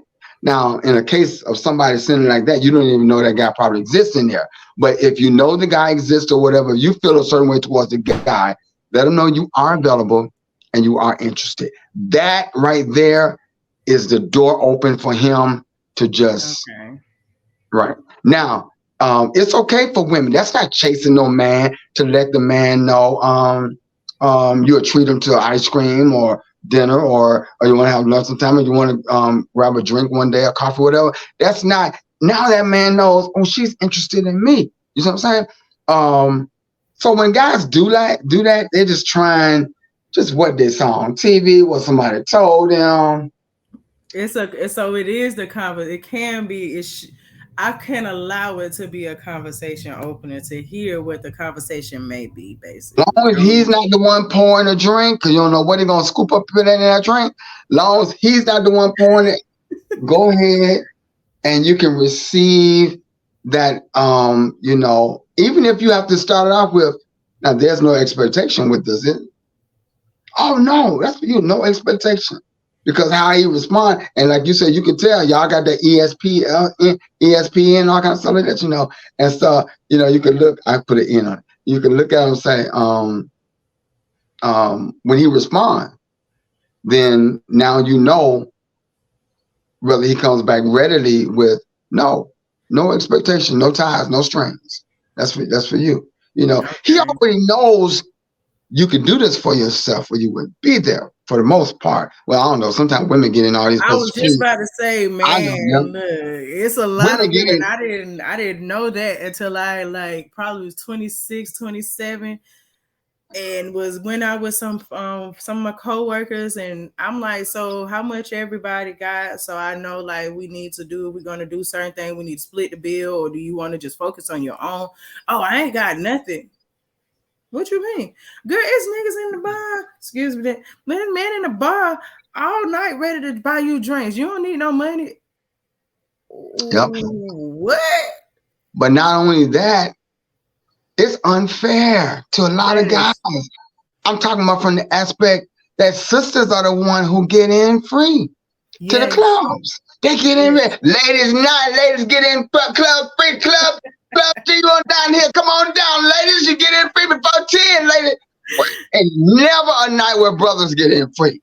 I won't ever be not a discounted drink. Nothing. Everybody want everything from the man.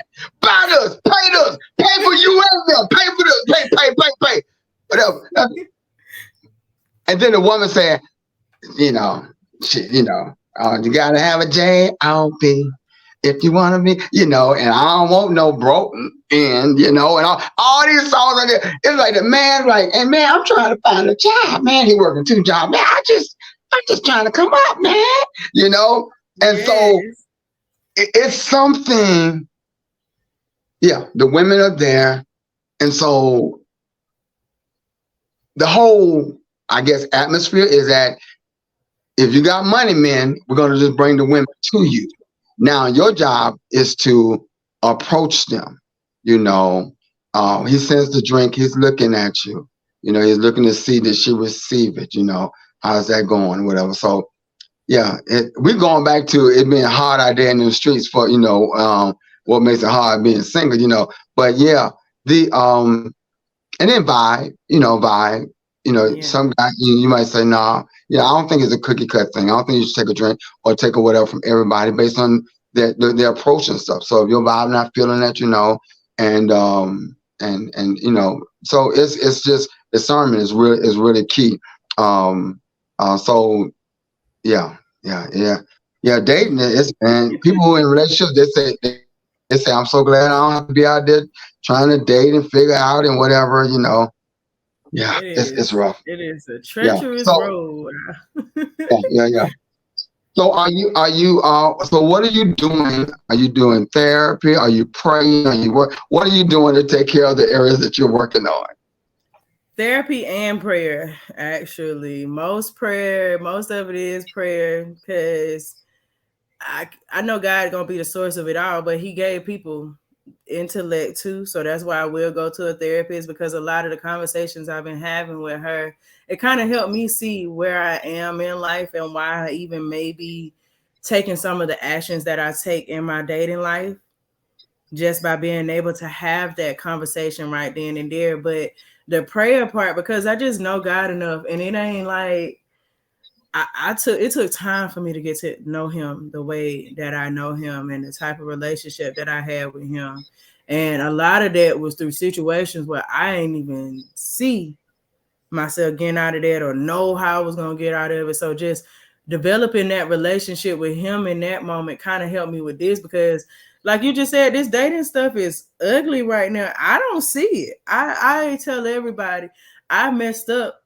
I wasn't supposed to be a part of this generation. I was supposed to been back in like born in like the 20s and the 30s and then grew up in the 50s. I would have took all that segregation just as long as I had my husband and my kids and my family and I would have been fine.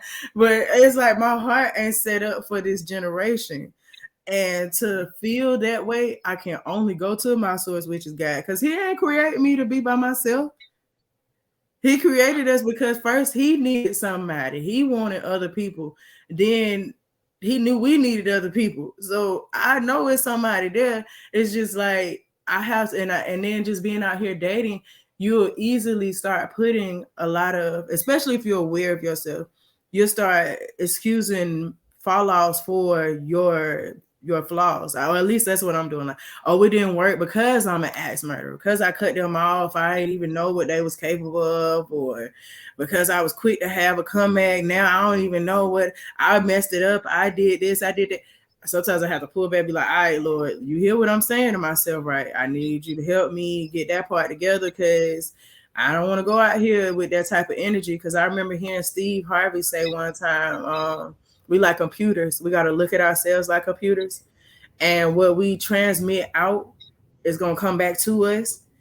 And I'm dating, which means I'm single and I'm open and I'm meeting people and I'm in areas where it's a lot of different spirits. So I don't want to be putting out that type of energy where I don't trust nobody. I don't mess with nobody. The next man come to me, he gonna be on BS too. That the next man that come to me is gonna be on BS because I said it. So the best way to clear myself of that is through my prayer, but then talking to somebody that understands what I'm dealing with or that has studied the mind enough to know what type of cycle I'm going to take myself on because of where I'm at in my life. So to answer it again, it was therapy and prayer. Yeah. That's good. That's good. Declare a thing and it shall be established. As a man thinketh, so is he. And so yeah, you will attract what you go see what you say. You're going Yes. to see what you say. Yeah. Destiny, child, destiny. Listen, this has been awesome. This really has been, and you shared some good stuff, some real stuff, and that's what I love. I love just sharing real, where you are. Somebody is there also. Is there anything you want to say? Any last words you want to put out there for anybody that's single right now before we go? It's possible. And I'm telling them this, I'm preaching to the choir, but preaching to myself at the same time. That person is there. The more you focus on yourself, that's when they're gonna pop up. That's what I feel like's gonna happen. Like the more that I do focus on my qualities and what I need to kind of tighten up, or when you focus on it, when you allow yourself to be in straight positivity, that's when you're going to get what God created for you. I don't want y'all to go out here and be moving and settling, and because it seems like it's impossible. Really work on yourself and really learn to love yourself and date yourself before you even date that next person. Like I was telling you the day I met you, I like, was about to say, yes, yes, yes, yes. Cause I date myself. Yeah, I take a selfie too. I said, look who had this date with me, y'all. Me. Yeah. yes, yes, date yourself and get to know yourself 100%, because then you'll be able to put yourself out there, and that person that's willing to accept who you know you are and who you gonna give them and what's gonna be real, that's when you know you done found your other half, because they ain't gonna stray away from that, and they're gonna be ready to tell you what you might be dealing with too with them. Awesome, awesome, awesome. And definitely use dating yourself as a measuring rod. Because first of all, if you can't enjoy yourself, how you think anybody else gonna enjoy you? But then the flip side of that, And if you do enjoy yourself, you're not gonna let nobody else come in and take that down for that. Wait a minute, now you come in, you gotta meet me here, and you gotta make me feel extra good, whatever. But I enjoy myself. yeah. So I can't not have a good time with you around me.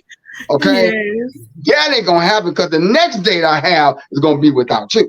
You know what I'm saying? Yeah, yeah, yeah, And yeah, it's yeah. gonna go smoothly. I don't And have a it's good gonna be time. a good day. Yeah, I send you some pictures. You know, it's gonna be a good day. Oh yes, yes, yeah. I have gone some. I had to do that. I'm thinking about somebody right now. And I said no, you know, and they were like, I got up. You know, I had to. Oh Jesus, I don't even care. You paying for it, whatever like that. It's like what you bringing. Or like that. You ain't got to like, no, it's what you bringing, man.